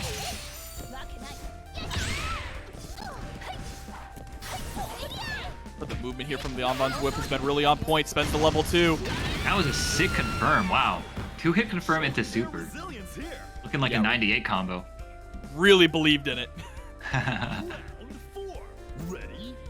But the question is, does Leeanvan believe in themselves here to make this full comeback? Still has to get through Blue Mary and Elisabeth.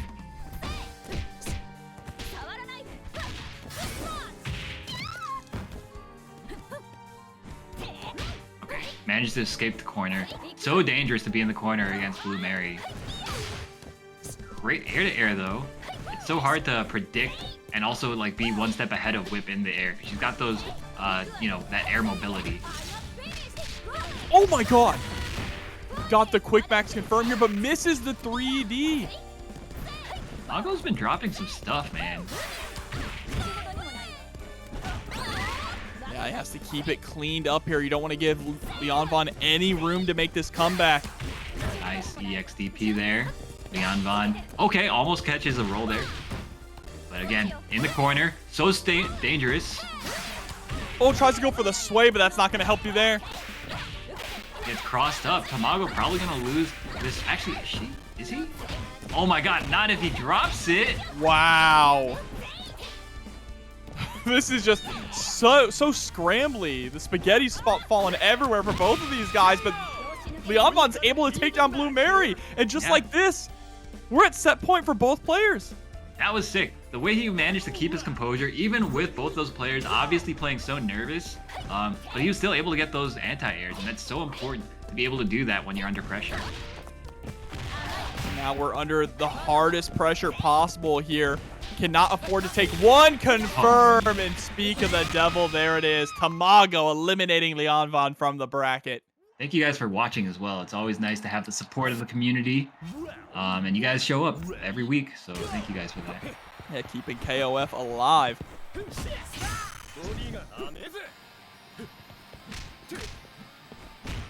All right, light pokes already starting off. Just trying to check with those standing A's and crouching B's.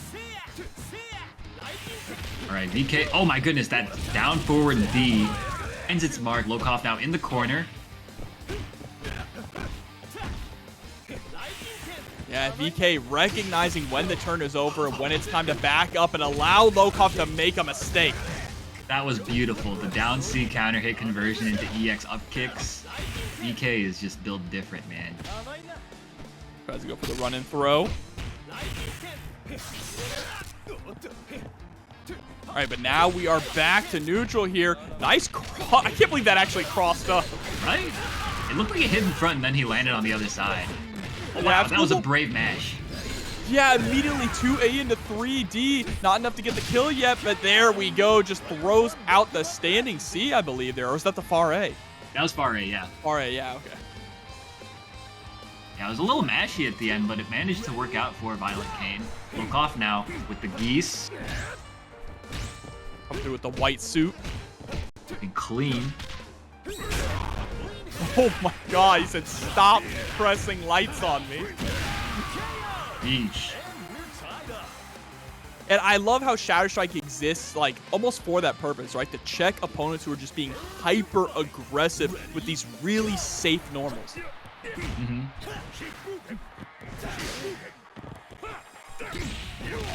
Wow. Just use them Rekkas, no reason not to. Rock can't punish them. Hell no. Very few can. Look at the pushback on that. God. Nice down C. DK gonna take a ton of damage. Yes, opts to keep him in the corner, doesn't use the OTG. I think that's a very wise decision. Yeah, you already have him at such low health, you don't need to squeeze out a little extra more. Uh-oh, managed to get out.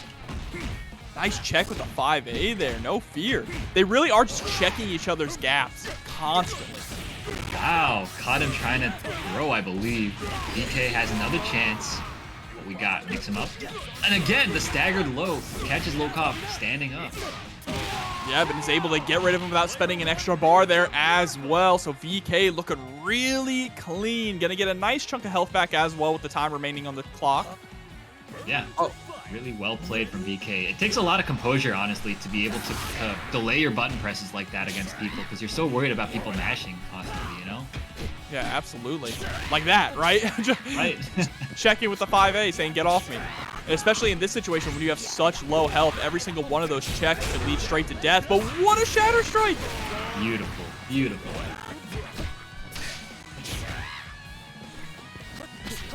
Oh no, a bad jump, but doesn't get punished too hard for it. Lokof breathing a sigh of relief, and it's still anyone's game at this point. VK bringing in the Iori. Final round. Ready? Go! Beautiful. I love the way he uses that jab from Yamazaki. It's so good. And again, the forward B juggling for a full combo. It's going to do so much damage. Lokof poison ticking the entire time as well. Word? That's how you feel? My man's the DP into super immediately. He believes. Oh, wait. That is the VK special. He has no fear. I respect it so much. Oh, and gets caught with the hop B. That thing hits from higher than you expect. It always catches me too. I always think I can low profile it. Absolutely, but Lokof going to be able to take game number 1 here, which is kind of crazy because VK was cooking. Like, it felt like just based on the pace of that matchup that VK was in control most of the time, but I agree. Coming out on top in the end. Yeah, it's, again, composure is everything, and that Yamazaki was built like a wall. Like, he just, like, nothing was getting by him. Let's see now. Looks like we're changing things up a little bit now. Instead, it's going to be Iori on the middle position and Rock on anchor. Interesting. Ready? Maybe because he doesn't like... Iori is pretty susceptible to Yamazaki's down C and getting counter hit out of his hop offense. And Rock, I think, with jump CD, hop CD, it's a lot harder for Yamazaki to contest it that way. Yeah, I can definitely see that. Just the downside there is you're not necessarily going to be able to get the full effects of the level 3, right? That's usually why you see Rock put on the middle point position a lot nowadays. That's true, yeah. But I guess it's still worth it. The range on that hop C, yeah, I mean, I think the range on it is a huge aspect of why he's using it. He hit from the tip and was able to get a full confirm. Yeah, for sure. But Lokof manages to keep composure and defend himself from the Kyo onslaught. That Kyo was such a huge problem for him in the last game.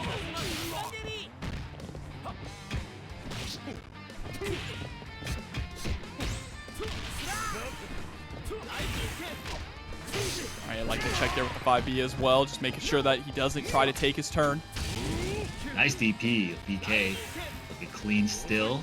Love watching these two play. The neutral is just so beautiful to watch. Yeah, man. I'm trying to get like that. Every Nice. little check and then neutral jump too, but was a little too far away to get a full confirm. Yeah, I mean, these guys are playing so fast right now. Oh, wow. Wow, That's he sick. just sent it. That is so sick. I mean, not a great use of the meter, honestly. I mean, like, he's really behind at the moment on the meter warp. It's still worth it to get rid of that Benimaru, I think.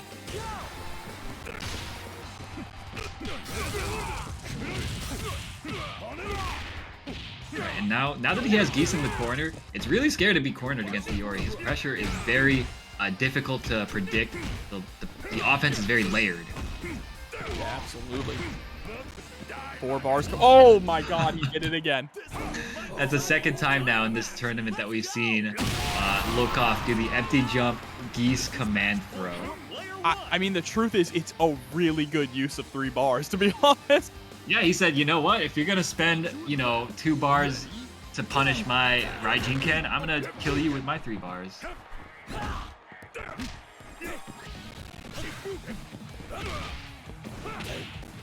With them trading anti-airs back and forth. Both these characters have ridiculously ignorant jump CDs and a great guard cancel to punish the elbow attempt. Wow. The frame trap into EX elbow. That was very risky, but it paid off for ViolentKain. Oh, trade there coming out as well. Can I be forward to making trades at this stage of the game? Oh my goodness. Oh, not quite enough. I thought that was it. Oh, and there we go. Puts Rock into timeout, and Lokof is up 2-0. Yes, sir. Winners finals, though, so of course, first 3. VK could potentially bring it back 3-0, or 3-2, I guess, but that'd be difficult. The way Lokof has been playing, he's been playing, like, I don't know, it just feels impossible to get any clean hits on him. Yeah, I mean, that definitely is the big part, is that Lokof's movement has just been so on point that most of the damage that comes out is from these straight hits that add up over time. But yeah, we're going to have to see here, sticking it out with Rock in the anchor position. It's like the movement is one thing, and it's also the fact that he's so good at also standing his ground and placing the correct anti-airs at just the right moments. I think Lokof, he's shown that he's really good at doing that. Yeah, for sure. I 100% agree. But let's see now, is VK going to be able to make these proper adjustments to bring things back? Or is Lokof going to cash in his ticket for Grand Finals? Nice frame trap there. Jump CD into stand CD. Using the plus frames from the EX Raijinkens. I don't see very many other Benimarus using it that way, but it looks really effective when Lokof is doing it. Yeah, it just gives you another opportunity to keep the pressure up and go for another mix-up here. And so far, Lokof looking very clean here in game number 3.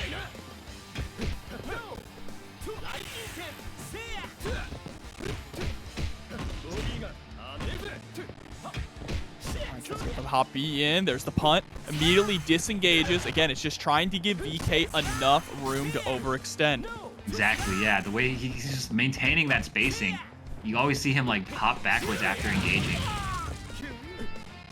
This time VK hitting him with the DP here. You're gonna need more than that. Lokof answering with the DP in kind, but there we go, confirm into the 3D. Okay, whenever he goes for that, that's him calling out like a backdash on wake up. You see him do it quite frequently. It was hitting a lot of people at ECT, but tonight it seems like Lokof is fairly ready for it.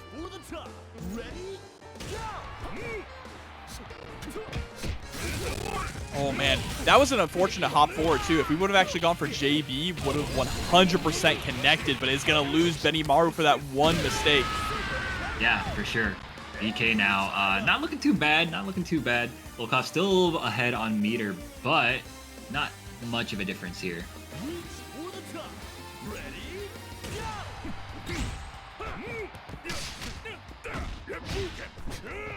All right, Geese, let's see that standing D. That roundhouse, what a good button. Solid anti-air button. Yeah, man, it feels like that button does everything for him. So good. Okay, I'll just throw him out of the corner.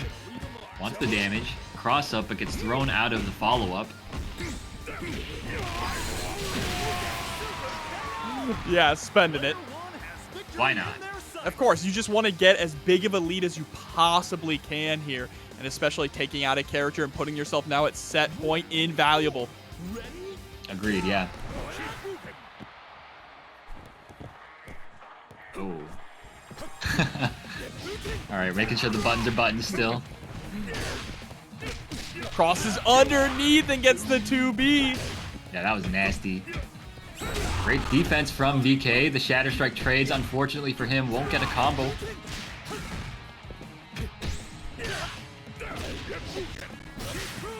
Oh, air fireball. Wow. Okay. And it looked like we threw out a parry too. He did, yeah, he went for the mid parry. Okay, VK going to clean up. Oh, actually, no, this isn't going to be enough. Probably going to go for the install. Yes, sir. All right, now Rock is a boss character.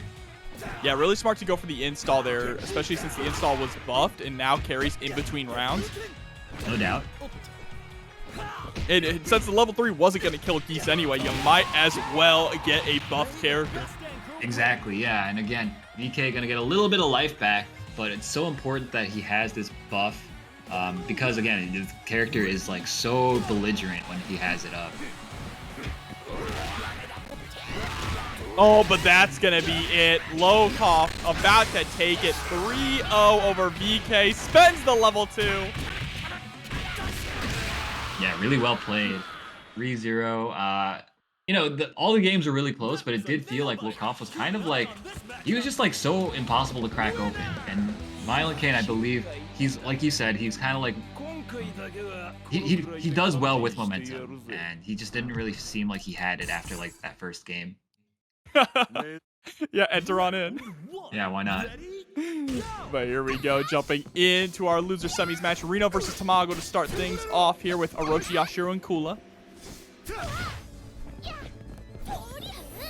I haven't seen this matchup in quite some time, ever since like the patch where both these guys got nerfed a little bit. Yeah, and even before he got nerfed, O.Yashiro still surprisingly kind of underutilized, underplayed. Yeah, I would agree. But I again, like this. I mean, Rino has been making it really difficult for Tamago to approach. yeah, and that kind of seems to be like one of the big changes that we've been seeing from both Rino and Lokof is playing a very patient, a very passive game. Nice DP. And now this is Tamago's chance to make something happen, and he's taking full advantage.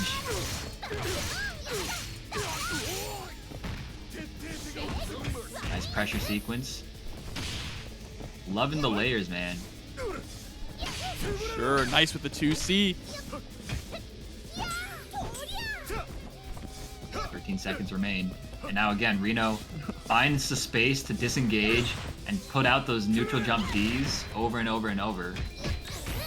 Yeah, and they're just consistently taking it down to the wire. And that was the very first round of the very first game here. 6 seconds. Rino's not going to get a lot of health back for Yashiro at all. That's right. I mean, Rino earlier, he was one of the players that was taking it down to like below 10 seconds, right? Was it against like PerrosInLag, was it? Yeah, for sure. Him and Lokof are just so willing to run the clock down. Which is something new. It feels newer for them, right? How patient they're playing and how passive they're playing. Yeah. It might kind of speak to like the meta shifting a little bit after getting rid of like explosive, stupid characters like Cronin, like BJNA, like, you know, pre-patch Kyo. Things are kind of slowing down a little bit, maybe. Yeah, I could definitely see that. I mean, they're showing that for sure, and especially picking a character like Heidern, who's so good at slowing down the match too.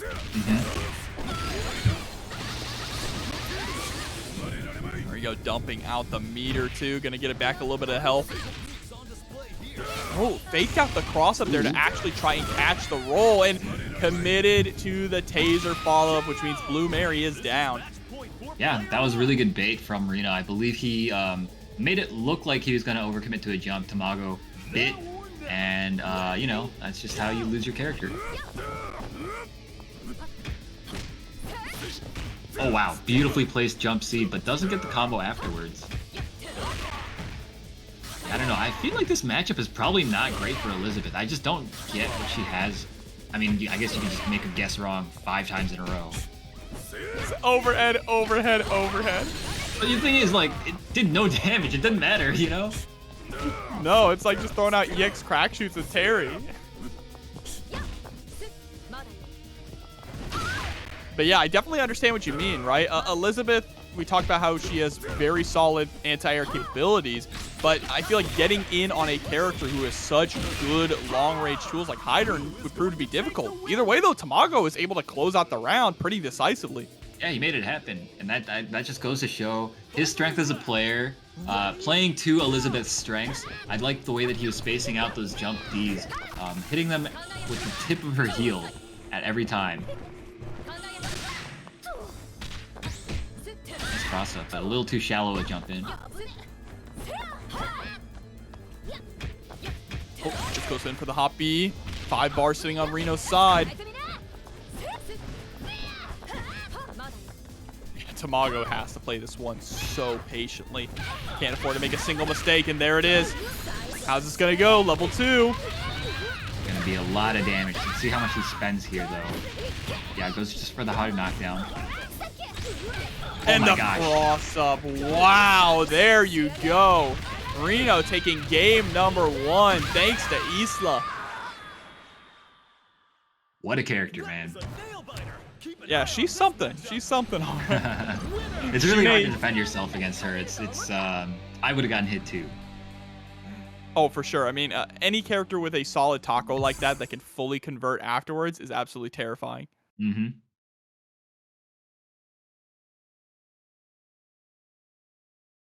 But let's see now. Hopping right back into it. May- Yeah, it doesn't feel like we need to change the order at all.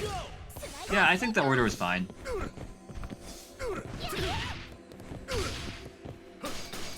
Dude, it's so annoying to navigate the Yashiro jump normal gauntlet, you know?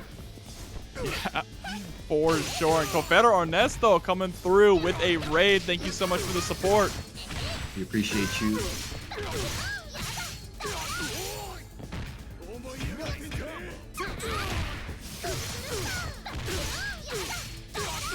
Almost stun. Oh, that is stun.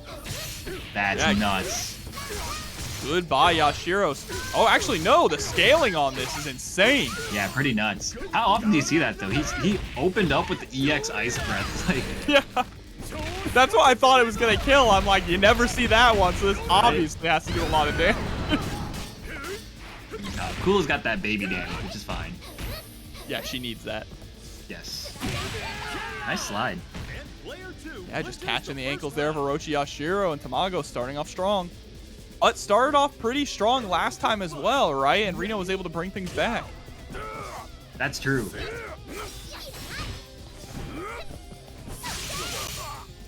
Beautiful DP. I cannot believe he max canceled that. My man believed. No fear at all. Bruh. We're How seeing did that cross up?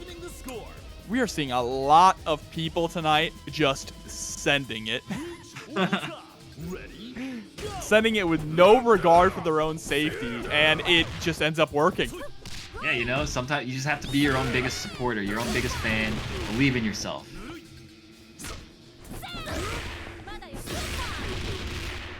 There we go. DP puts you right back into the corner. Tries to go for the CD, but it's just a little too short. Nice. Anywhere juggle. Oh, and the beautiful throw bait from Tamago. And there we go. Heidern is down. Full health. Blue Mary also. That happened so quickly, it felt like. All right, now. Rino with the Isla coming in. That beautiful conversion. Wow. Immediately capitalizing. Gets full screen carry. But man, Tamago's Blue Mary is so next level. My goodness. I love it. Dude, all his offense is so layered. It's so, like, he's always thinking of next steps. And just able to confirm off of any stray hit, it feels like there. Towards the knockdown, just immediately tries to go for that neutral jump there to bait out a throw attempt. Wow, landing immediately into the German suplex. That's what I mean, dude. The layers are just all over the place. Oh my gosh, the big jump.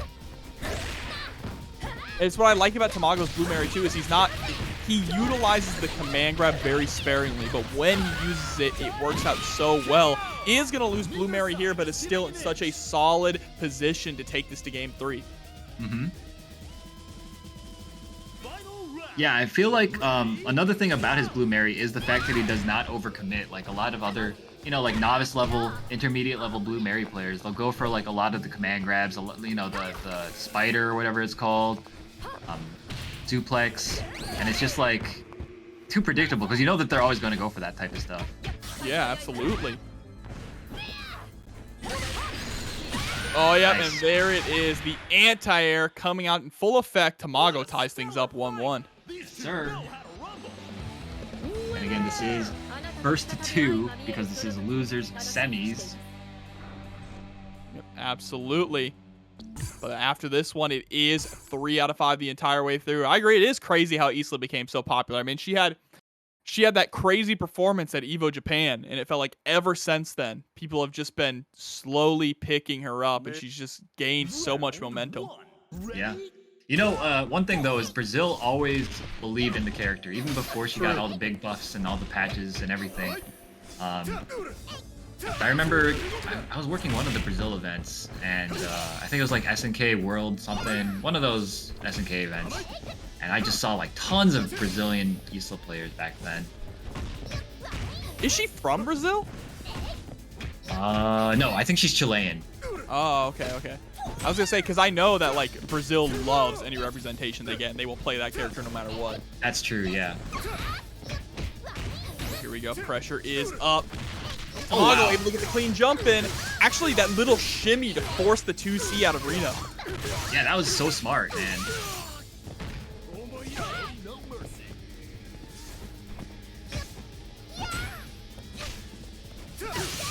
Oh my Not goodness, quite dude. The woods. He's so good at using those DPs. Every single time, I want to say that's like the 6th, 7th EX DP that's landed in this set so far. Yeah, and you see the fear there from Rino too. Was expecting another DP to come out after that close C. Player one won't give up that easy.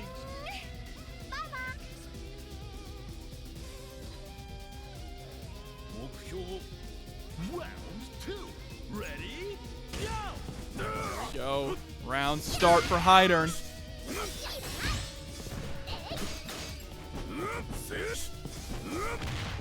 Nice. Catches the air-to-air. Oh no! Drops the combo, but no punish at all actually from Rino. Alright, another chance here. Capitalizes, yes sir. Deals some health for good measure too.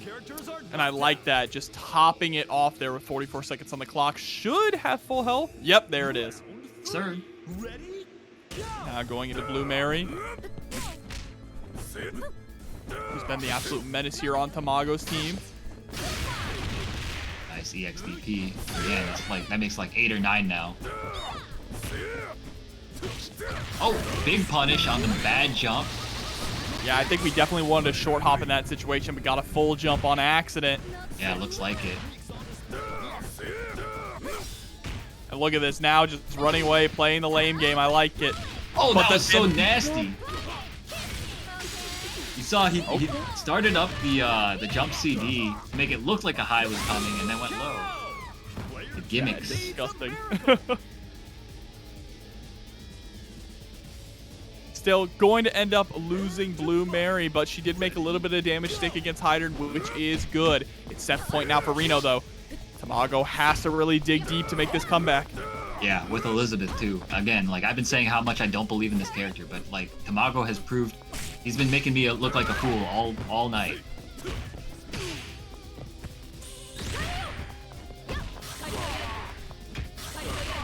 Uh-oh. Gonna do another?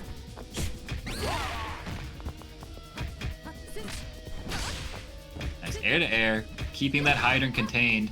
Look, I mean, he's so uncomfortable right now. And there we go, able to lock it down. And now this is almost as even as we can get. Rino coming in with a substantial meter lead, though. And that's going to play a huge effect into how this plays out. Yeah, dude, I mean, Tamago can only do 3 overheads now. I don't know how he's going to win this. 3 overheads. He's got to get him into the corner first. Yeah, that's true. Nice anti-air. Beautiful, beautiful stuff from Tamago. This is how it begins, though. And now we just have to... She's playing basic KOF mix-ups right now. But Tamago's making it work. Uh-oh. Oh, but this is where it gets really dicey now. Okay, great roll out. And a great retreating jump D. Yeah, now we're pretty much down to a one-hit kill game. Oh! Is this it? I think this is it. Maybe? Shatter Strike does have the scaling. But the level 1, yep, there we go. Rino with a Hail Mary Shatter Strike moves on to losers finals. That is such a heartbreaker for Tamago. He played his heart out there. That Elisabeth was doing so much, but you know what? Shatter Strike is just that mechanic. It will steal the games and break your heart. Here we go. Time to jump right into it. Iori on point. Interesting. Oh. Yeah, I'm not sure. Like, this is odd to me.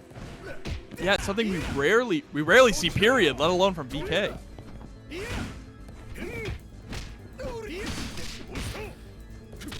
But maybe he feels confident just against the regular Yashiro matchup, right? Yeah, that must be it. Because, I mean, I think the character functions well in any position. It's just I'm like racking my brain to think of like reasons why he might prefer this matchup over the others. Yeah, and you know, also there's just the thing that Iori really shines when he can throw out that level 2 fireworks. Yeah, Oh, exactly. wow. What a throw there. I mean, so far the defense is working out. He's really just brawling with Yashiro, but there we go. Finally gets a clean hit in, spends the level 1.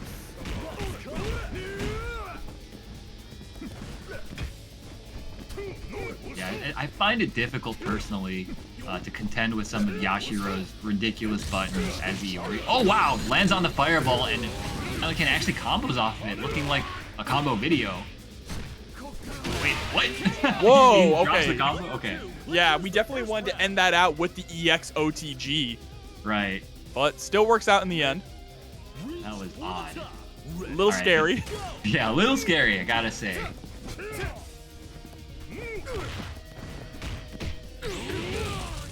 SDP. Get off of me, he said. Yeah, level 1. No scaling on this thing. Nice crosscut DP there.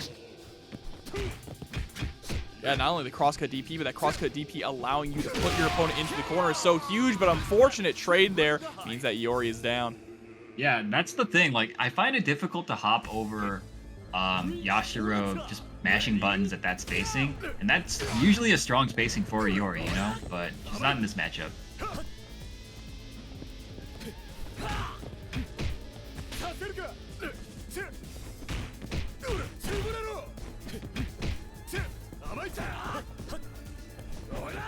Playing that patient neutral, nice down C. It's a lot of just like micro-stepping backwards there from VK. Finally runs in and scores the 2B, goes for the quick mode cancel as well. Nice. And goes install, perfect.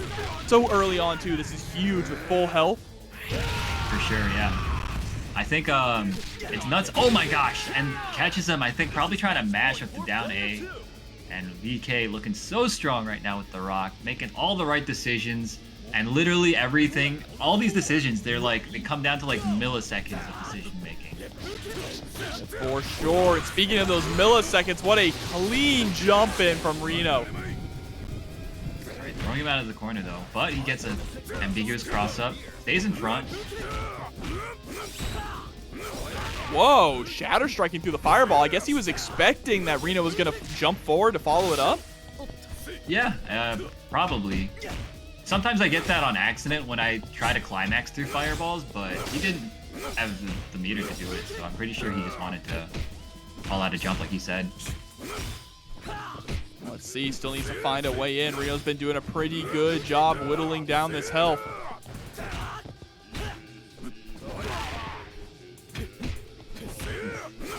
I love the little staggered pressure that he does. Yeah, and it works out so often too. Gets the OTG there with the fireball. Yeah, next touch can kill for VK. Nice EX flash kick, keeping Rino alive. Final round. Ready? Go!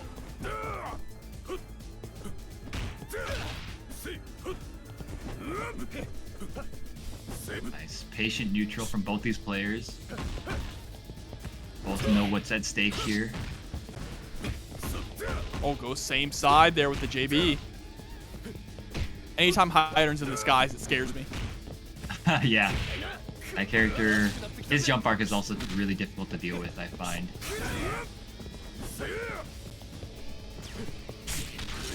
Nice, Oh. catches him.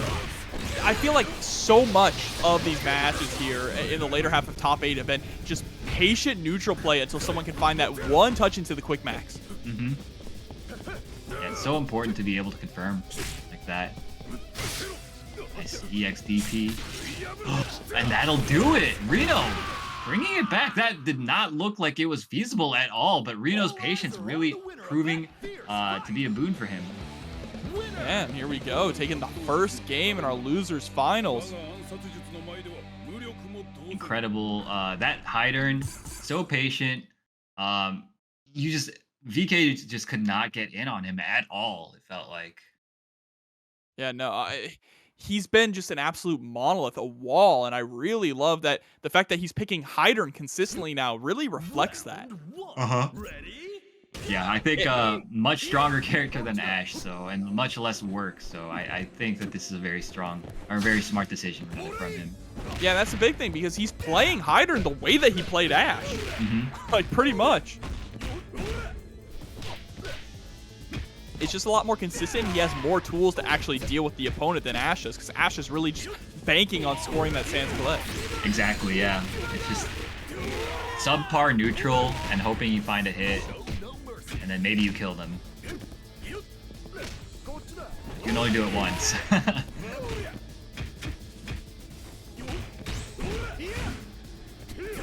like the backdash there. Oh, nice whiff punish. Yeah, he was just waiting for any button to be pressed to immediately go for that dash punch. Yeah, smart to go for the poke there at that range. Keep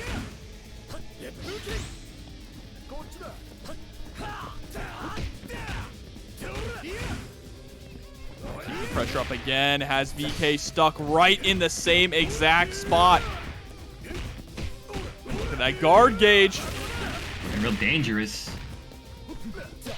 Oh, almost got the punish. The way that Rino plays around the guard gauge, too, he's not always trying to go for the guard break. He knows that once it gets low, you're going to be desperate to try and get out. Yeah. And if you get too desperate to guard crush them, that can make it, that can make you too predictable for that. Exactly. It's that mind games, the layers upon layers, and now VK is the one who has Rino up against the wall. But you can't keep an animal cage too long, and Yashiro just breaking right out. Dude, Animal is right. The way he's playing, he's like an uncaged beast.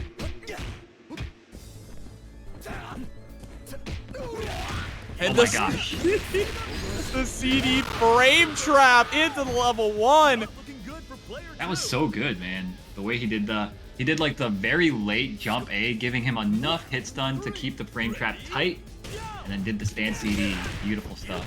And this is what we talked about with VK, right? He's one of the best players in the world, but his weakness is also his strength, or his strength is also his weakness. He's very susceptible to momentum. That means his opponent's momentum as well, right? That is certainly true. Like, look at this. Rino has gained so much momentum after that first game and is now on the verge of an OCD with Yashiro. VK has to find a way to swing the pendulum back into his favor, and this is a good start. Oh, I think he dropped the OTG there. All right.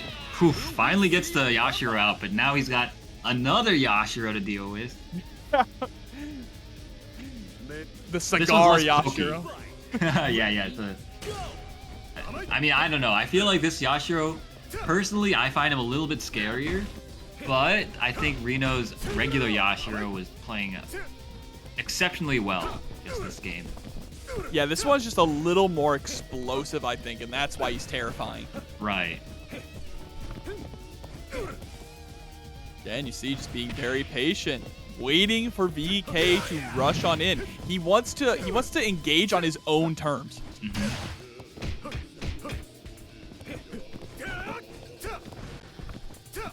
It feels like whoever is advancing towards the opponent is the one who is at a disadvantage. Yeah, for sure. And it's just like Rino doesn't really want to go in because there's no reason for him to. He's so ahead.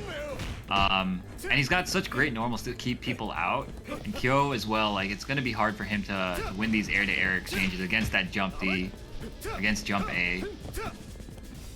Yeah, and that's why you also see him just fishing with that 5B as well, right? Trying to prevent VK from running on in. Okay, managed to find a lucky break here. But again, 12 seconds remain. We're probably looking at a timeout here unless he manages to find something. Yeah, he gets the throw. I mean, he might get something here because Rino is going to get a little desperate trying to close this out. Yeah, just wants to get a little bit extra damage in before he runs out of time.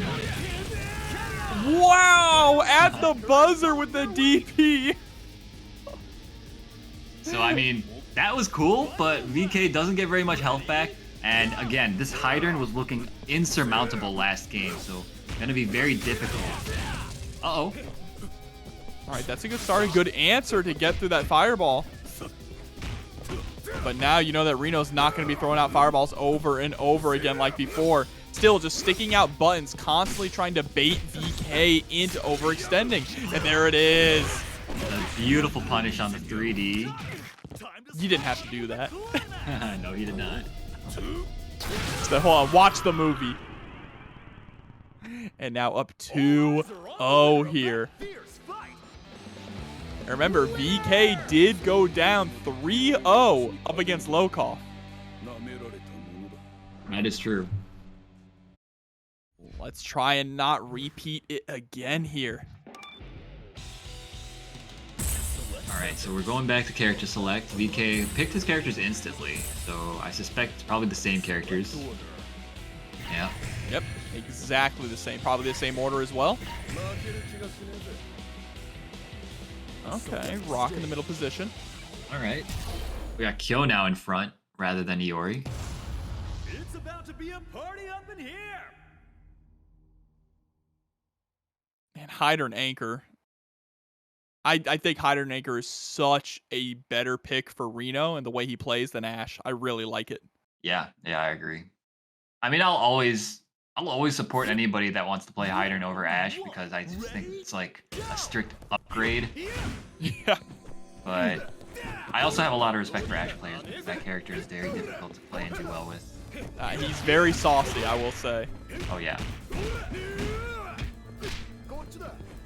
All right, Rino immediately pushing VK back up against the wall to start things off. All right, catches the roll. All these checks with the 5B, just really using that as a measuring stick. There it is, measuring stick again. Cancels the CD this time, but gets caught. Yeah, that poke. So, oh, nice block on the cross-up. Very tricky. Oh, thought he had the counter hit there. Nice conversion, though, off the trade. Wait, it drops the combo. Yeah, that is so unfortunate. That's a whole bar spent for nothing. Yeah, but you know, he's got the momentum. Starting to rev the engine up. Oh, no, gets opened up low, and this should be it, I think. Yep, there we go. 1 bar spent from Rino, able to lock down Kyo. But still, the damage has been done. 19 seconds left on the clock. That's no health at all. Ready?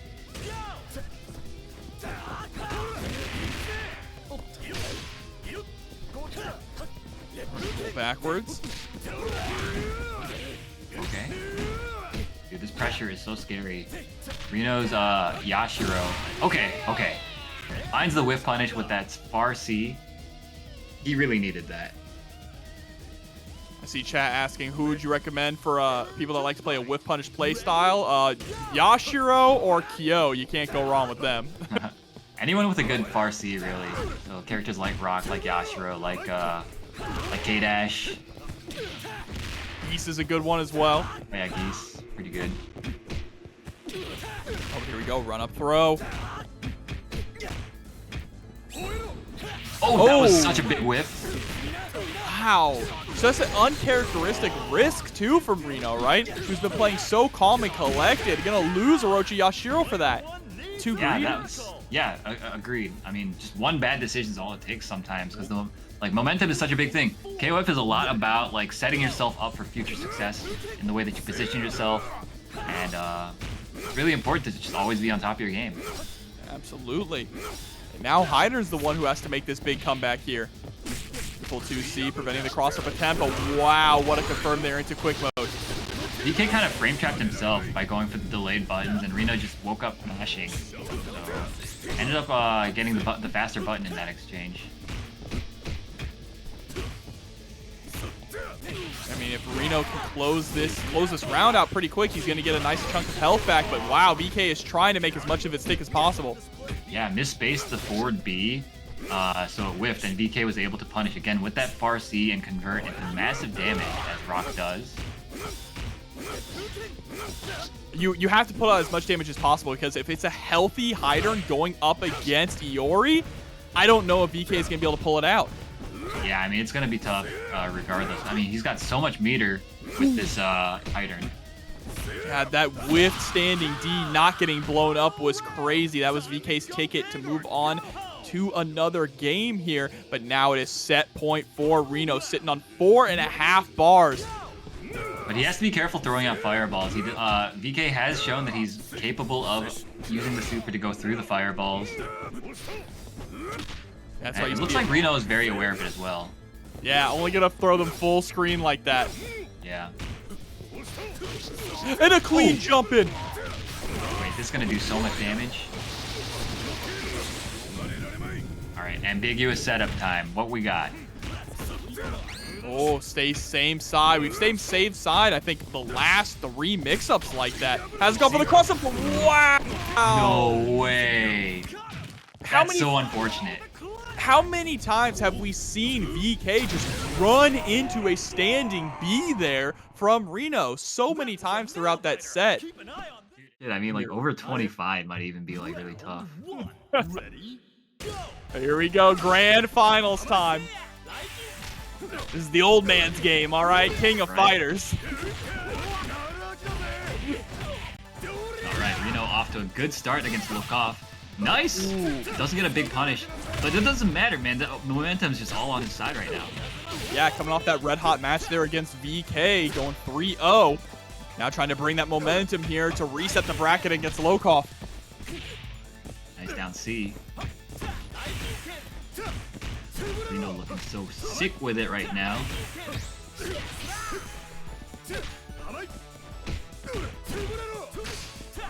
Oh, nice. Yeah, just check with the 5B. No reason to get fancy, right? All you have to do is find that one straight hit. Oh, I just noticed both these guys are Clan Del Mal, so they probably have a lot of experience playing against each other. Team kill. All right, Geese. Time for Geese to come in on the middle position. I feel like Geese is like the catch-all member of Lokof's team, the one that he can really put in any position depending on the matchup. Oh, absolutely. I think he's such a versatile character. His game plan doesn't change that much regardless of the amount of meter either player has.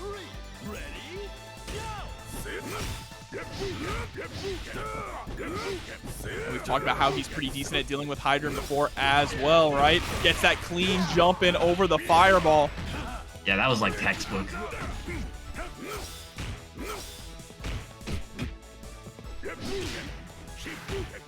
Yeah, and you see the air fireballs are just to try and bait out the flash kicks. I really love it.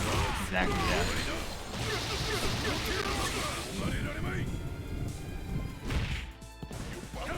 Okay. That time was a cross-up. Pretty rare. Yeah, maybe knows that Lokof has been watching. Wow, I did not expect that to work. Yeah, just challenging with the level 1 fireball. Very nice. Okay, staying in front. I think Rino might have tried to do a throw there as well.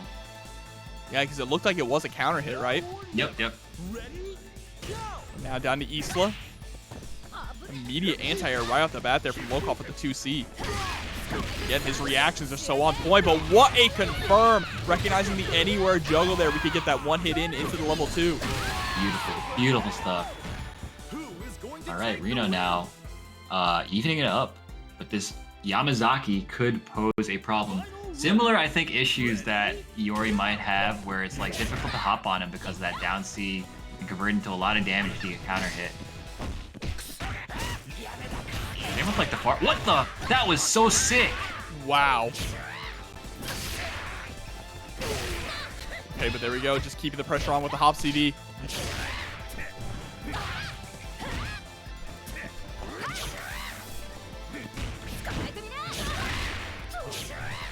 Dude, I'm still so shook about what just happened with like the cross counter or whatever.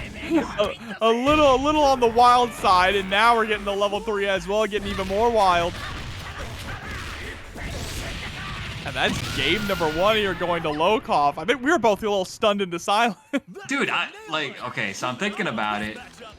Sometimes you see stuff like that happen with like Wong, because like if you cancel into the snake leg, if they jump over you, you'll sometimes get like the up kick instead, and you look really smart, even though it's really dumb.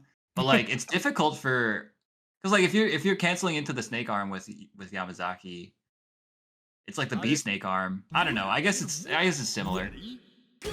It just looks so weird, right? It does look very strange. All right, here we go now. Game number 2. Lokof already starting off strong. Ooh, it's thrown out of his pressure sequence. Nice block on the cross-ups though. One thing about Lokof, I pointed out this before, but like I think he's really good at like anti-airing, standing his ground, more so than a lot of other players are. For sure. I mean, these two have been playing very similar so far tonight, right? Very similar play styles, which is funny enough that they're both on the same team. Right. There's a guard break, cashes in with the level 1. Sir.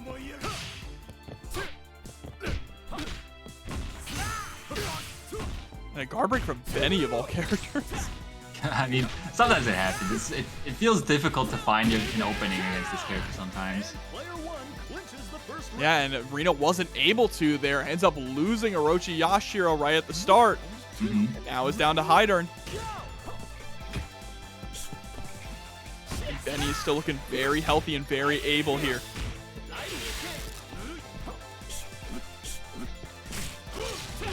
Oh, unfortunate. Oh, yeah, raw max. That is sad to see.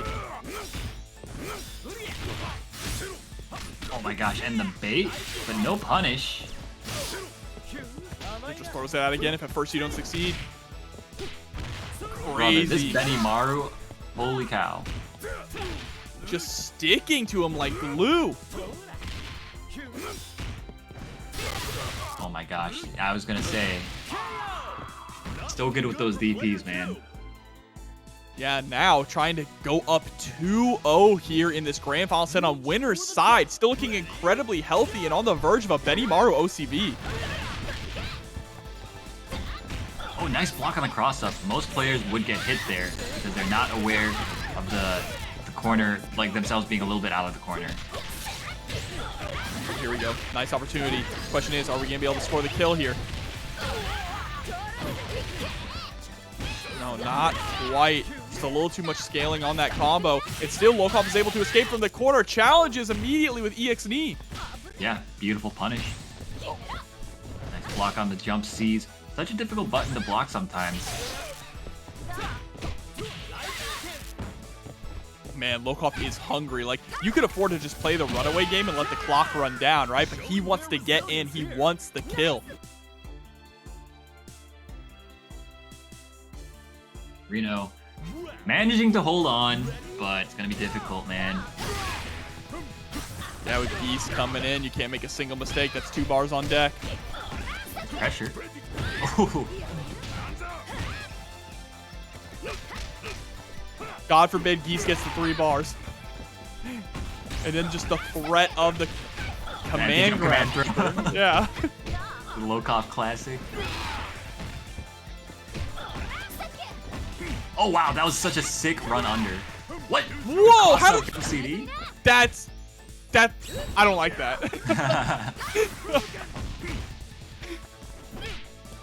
Nice jump or stand A. All right, throw, back up against the wall. Oh god, okay, goes for the guard cancel, down to 2 bars once again. That was such good defense. Dude, these guys are playing so fast right now, it's hard to keep up. Yeah, now we're down to the anchor battle here. Rino trying to bring things back in a big way, but still, Isla is hurting, and now it's time for Yamazaki. Yamazaki with some really strong anti-airs as well, even though they are a bit committal. Gets a lot of damage off of them. Alright, now this is really scary for Yamazaki. Nice tech. Lokof, the defense looking immaculate. Yeah, these guys playing so fast again, like the pace is just blistering. Oh, each of these touches, and there we go. Rino landed and tried to go for some kind of a reversal there, but the snake arm was just too active. Yeah. Looked like it was a Shatter Strike, and I forget, I think it's like 10 frames before you get the armor on Shatter Strike. Somebody in chat let me know if I'm wrong. But got caught in the startup of it regardless. Select order. And that means 1 game away. Lokof is from closing this out 3-0. If he could take this 3-0 and win this tournament, that means the only person who was able to take any games off of him all was BALA. Right. Yeah. I mean, this guy, he's looking so dominant right now. And it's interesting too, because like there were some instances, like for example against VK, where it looked like the game was just not within his control. But like he just manages to find it in the end and just get control back. Yeah, steers the ship. The course correction towards the end is just so phenomenal. The guy has an incredible clutch factor. And look at this. Rino putting Isla on point now to try and deal with Benimaru. That's a huge swap from having Isla on the anchor position. Right.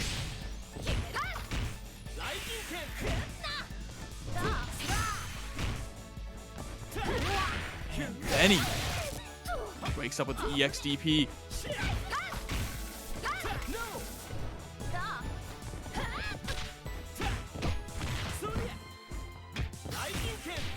Ooh, plus frames on the EX Raijinken. It's just so solid. Again, like you mentioned, not only using the air EX Raijinken, but also the grounded one. He's so good at utilizing them just to keep the pressure going on the opponent. Yeah. And it's odd too, because like most people are not expecting that, so they might not be aware how to deal with it when they see it. Obviously, I'm pretty sure these guys are pretty familiar with each other. Oh, it's -2? That's Dude, the way it's been, people have been respecting it so much. that's crazy. That is nuts. Oh my god. Well, Benimaru's out of here. Don't need to respect it any longer, at least for this game. Dude, that's crazy. Everybody's just been letting it rock all night. Yeah, they I'm do. not crazy, right? What about the air one? Because the air one, he definitely acts while the opponent is still blocking. Yeah, no, that's definitely got some blood. There we go. Keeps the corner positioning there. You have to keep Yashiro caged.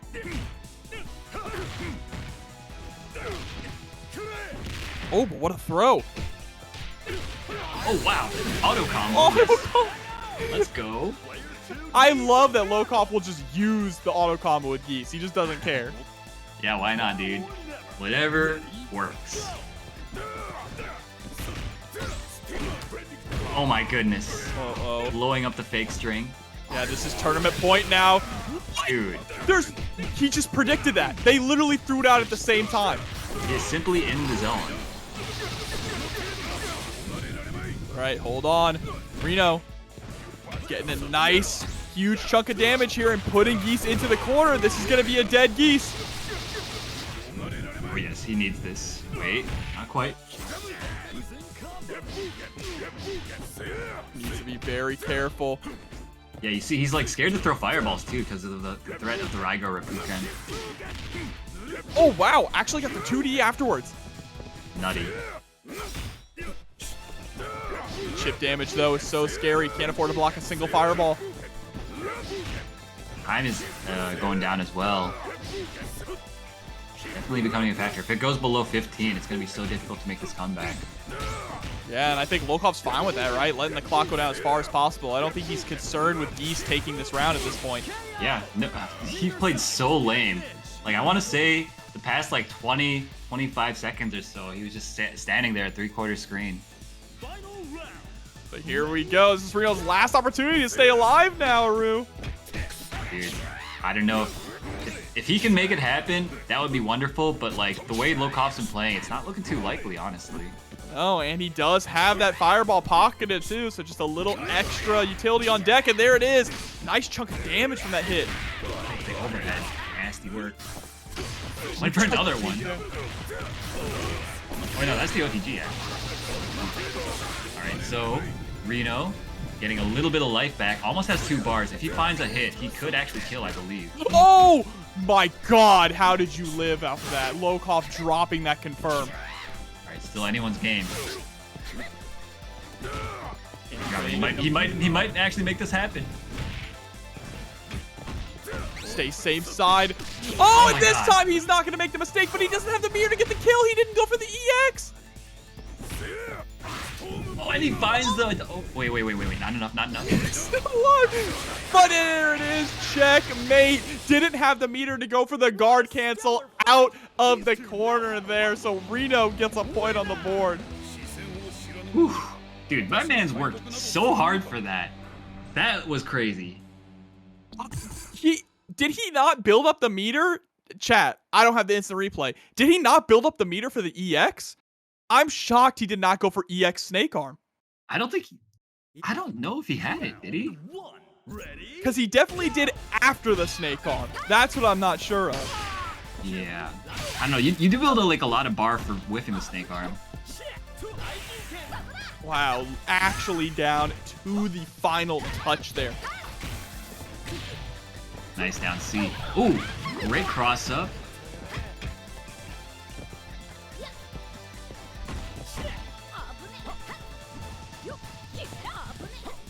Okay. Slowly just walking Rino to the corner. Gosh. Nice. Locking him down with the DP. Dude, that jump B just hits you from like mad far away and he gets a combo off it. It's crazy. Alright, so not gonna be enough to kill yet, but he gets the hard knockdown into a setup here. We got nice DP. Recognizing there is a gap there. This is looking a little crazy here. If Rino could take out Benimaru, this is the first time that Rino will be up in the point war so far in this set. That is true, yeah. Good point. And Isla looking pretty good. Going into the Geese. If he finds a hit here, he probably will build the one bar that he needs to go into the paint can super. For sure here. But that trade is going to put him back into the corner. Oh, just letting the overhead rip. Immediately picks up with the EX. Cross up CD again. That is so nasty. I know, right? Great trade for Lokof. Oh, man. Catching her out of the flip like that. That was so sick. And you could tell, like, Lokof has so much experience with this matchup. He knows all the gaps. Yeah, and when your opponent has a read on you like that, it makes Geese even scarier. That's whiff punish. 5B. So strong.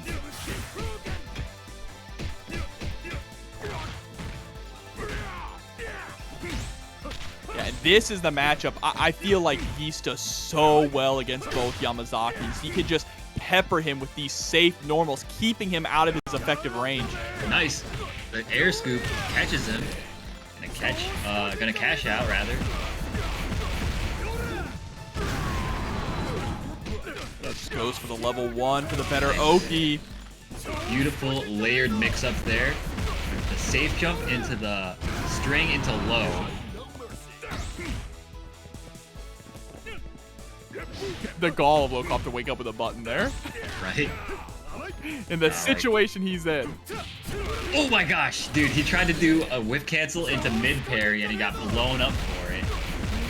He had the right idea, just a little too early on it, and is gonna lose Geese, and now it is down to Yamazaki to prevent this from going to a game 5. Yeah. And dude, I was just saying before, like when you mentioned that Rino can make this comeback, I was like, I don't know, man, I don't see it happening, but you know, Rino proved me wrong. Yeah, now that he did, you could feel the momentum starting to build on his side of the field. Yeah, for sure. Oh, big whiff punish though. All right, down to the anchors, and again, Rino, last tournament life. Lokof really needs to put this one away, because if he lets Rino back into this set, it could get out of control very quickly. And they are dead even on meter and life. Anyone's game, man. Yeah, wouldn't want to have it any other way here. And nice, there it is. Immediate EX for the anti-air. I like that Lokof is already establishing the snake arm. You have to have that range against Heidern. All right, goes for the overhead, but the overhead does like no damage. It's almost not even worth it, you know? Ooh, big jump over the snake arm, and this is gonna be a lot of damage. Ooh, and a lot of money coming through from Tara Carter. $20 into the match, Rino. Thank you so much. Nice block on the bar B. Oh, wow. Wait. What? Right, Combo off the pocket into the level 2. That was phenomenal. tried to do the whiff punish again. Oh my god, dude. Anyone's game still. Lokof playing out of his mind right now. Both these players. Oh, but he gets the slicer crossing through. Still alive. And the anti-air is going to do it, just constantly baiting out. He was doing the crouching A's, and we have a game 5. That was incredible. What? That round was so good from both those players. I would be so happy to see this go into another set, honestly. I mean, yeah, the way that they're playing, this is an instant classic already. I think this might be the best set between Lokof and Rino I've ever seen. Dude, the way they're playing, I believe it. Round 1. Ready? Go. Here we go, immediately into the rematch, keeping Isla on point. It's working out so well here for Rino. I think that's the key for Lokof, is he really needs to just shut down Isla early on.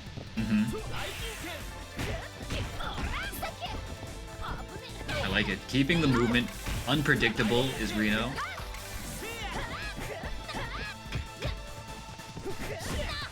And Lokof needs to be careful about overextending there and falling into Rino's trap, which is what he's doing over and over with these jump-ins. Right. Okay, finds an opening here with the EXDP. Still, I mean, he's finding it so difficult to land anything on this Isla. She's just doing such a good job spacing herself right outside of Benimaru's comfortable hop B ranges. And there, nice EXDP. Again, every single time we land something, we're trying to go for a hop in, and it's constantly an overhead attempt. Oh my gosh, RC, but no confirm. Nice block on the taco, and another one. Wow. Immediately disengaging, 14 seconds left on the clock. Nice They're tag, just dude, so defense. even.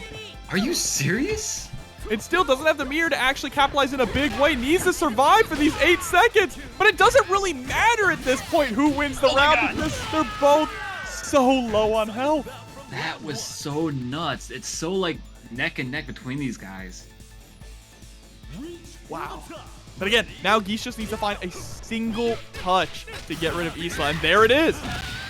But the main thing here for Rino is that he was able to establish a huge meter lead over Lokof. I mean, it's massive. Yeah, I mean, it's like 2 bars. Yeah, almost 3 even. What? Excuse me? When is the round start run grab? That was very disrespectful, and he got punished accordingly. The neutral jump, though, from Lokof, the reaction on that. All right, so far, everything is coming up Lokof. Not a single point of damage has been done to him yet. Uh-oh, but now a ton is about to be dumped onto the table. Are we going to go into level 3? No, we just do level 1. All right, so what we got here? Oh my goodness. He just does not care. Yeah, just unmix-ups your mix-up. Nice down C. This is match point for player 1. And here it is, tournament point, a familiar place for Lokof, but can he finally put Rino away? For the top. Dude, I don't know, man. I'm never going to count Rino out again after what he did in that last game. I mean, he seems to always have meter. That is so crazy. Right? It all comes back to, like, how well he did in the point war to generate that bar. Yeah, and the fact that Isla and O.Yashiro can do so much damage with very little meter, so he's able to hold on to it. But you see now, Lokof playing very lame, not overextending at all with this Geese, not even going for the big pokes. He's just mostly trying to stay half, third, 3/4 screen away. Yeah, exactly. You don't want to get too crazy with it. Just try and run down the clock as much as possible and make this damage stick. Oof. Oh, Popped right over the low. God. And yeah, dude, as soon as the Geese wasn't able to maintain that big spacing anymore, it's just like he just evaporated. how do we keep coming back to this exact position? Anchor battle, wouldn't have it any other way. Rino needs to win this to reset the bracket. Lokof, if he wins the tournament. And Lokof just is having such a hard time dealing with Heidern. I don't blame him, man. That character is so difficult to find any hits on, honestly. I know, especially when Rino is just kind of playing that runaway game and then really forcing you into frustration to make a mistake, and that's when he capitalizes with the meter. Absolutely. The cross up, but a little too shallow a jump in. Wow. Slop hop, but doesn't get punished. Like, actually, how do you approach a Heidern who's holding down back and just pressing 2A? Brother, like, if you figure it out, let me know, please. I'm still trying to figure it out. You'll run into the button or you jump into the flash kick. It's like... Bro, you're preaching to the choir here, alright? There it is again. This is insane. He's just an impenetrable fortress. Yeah, man.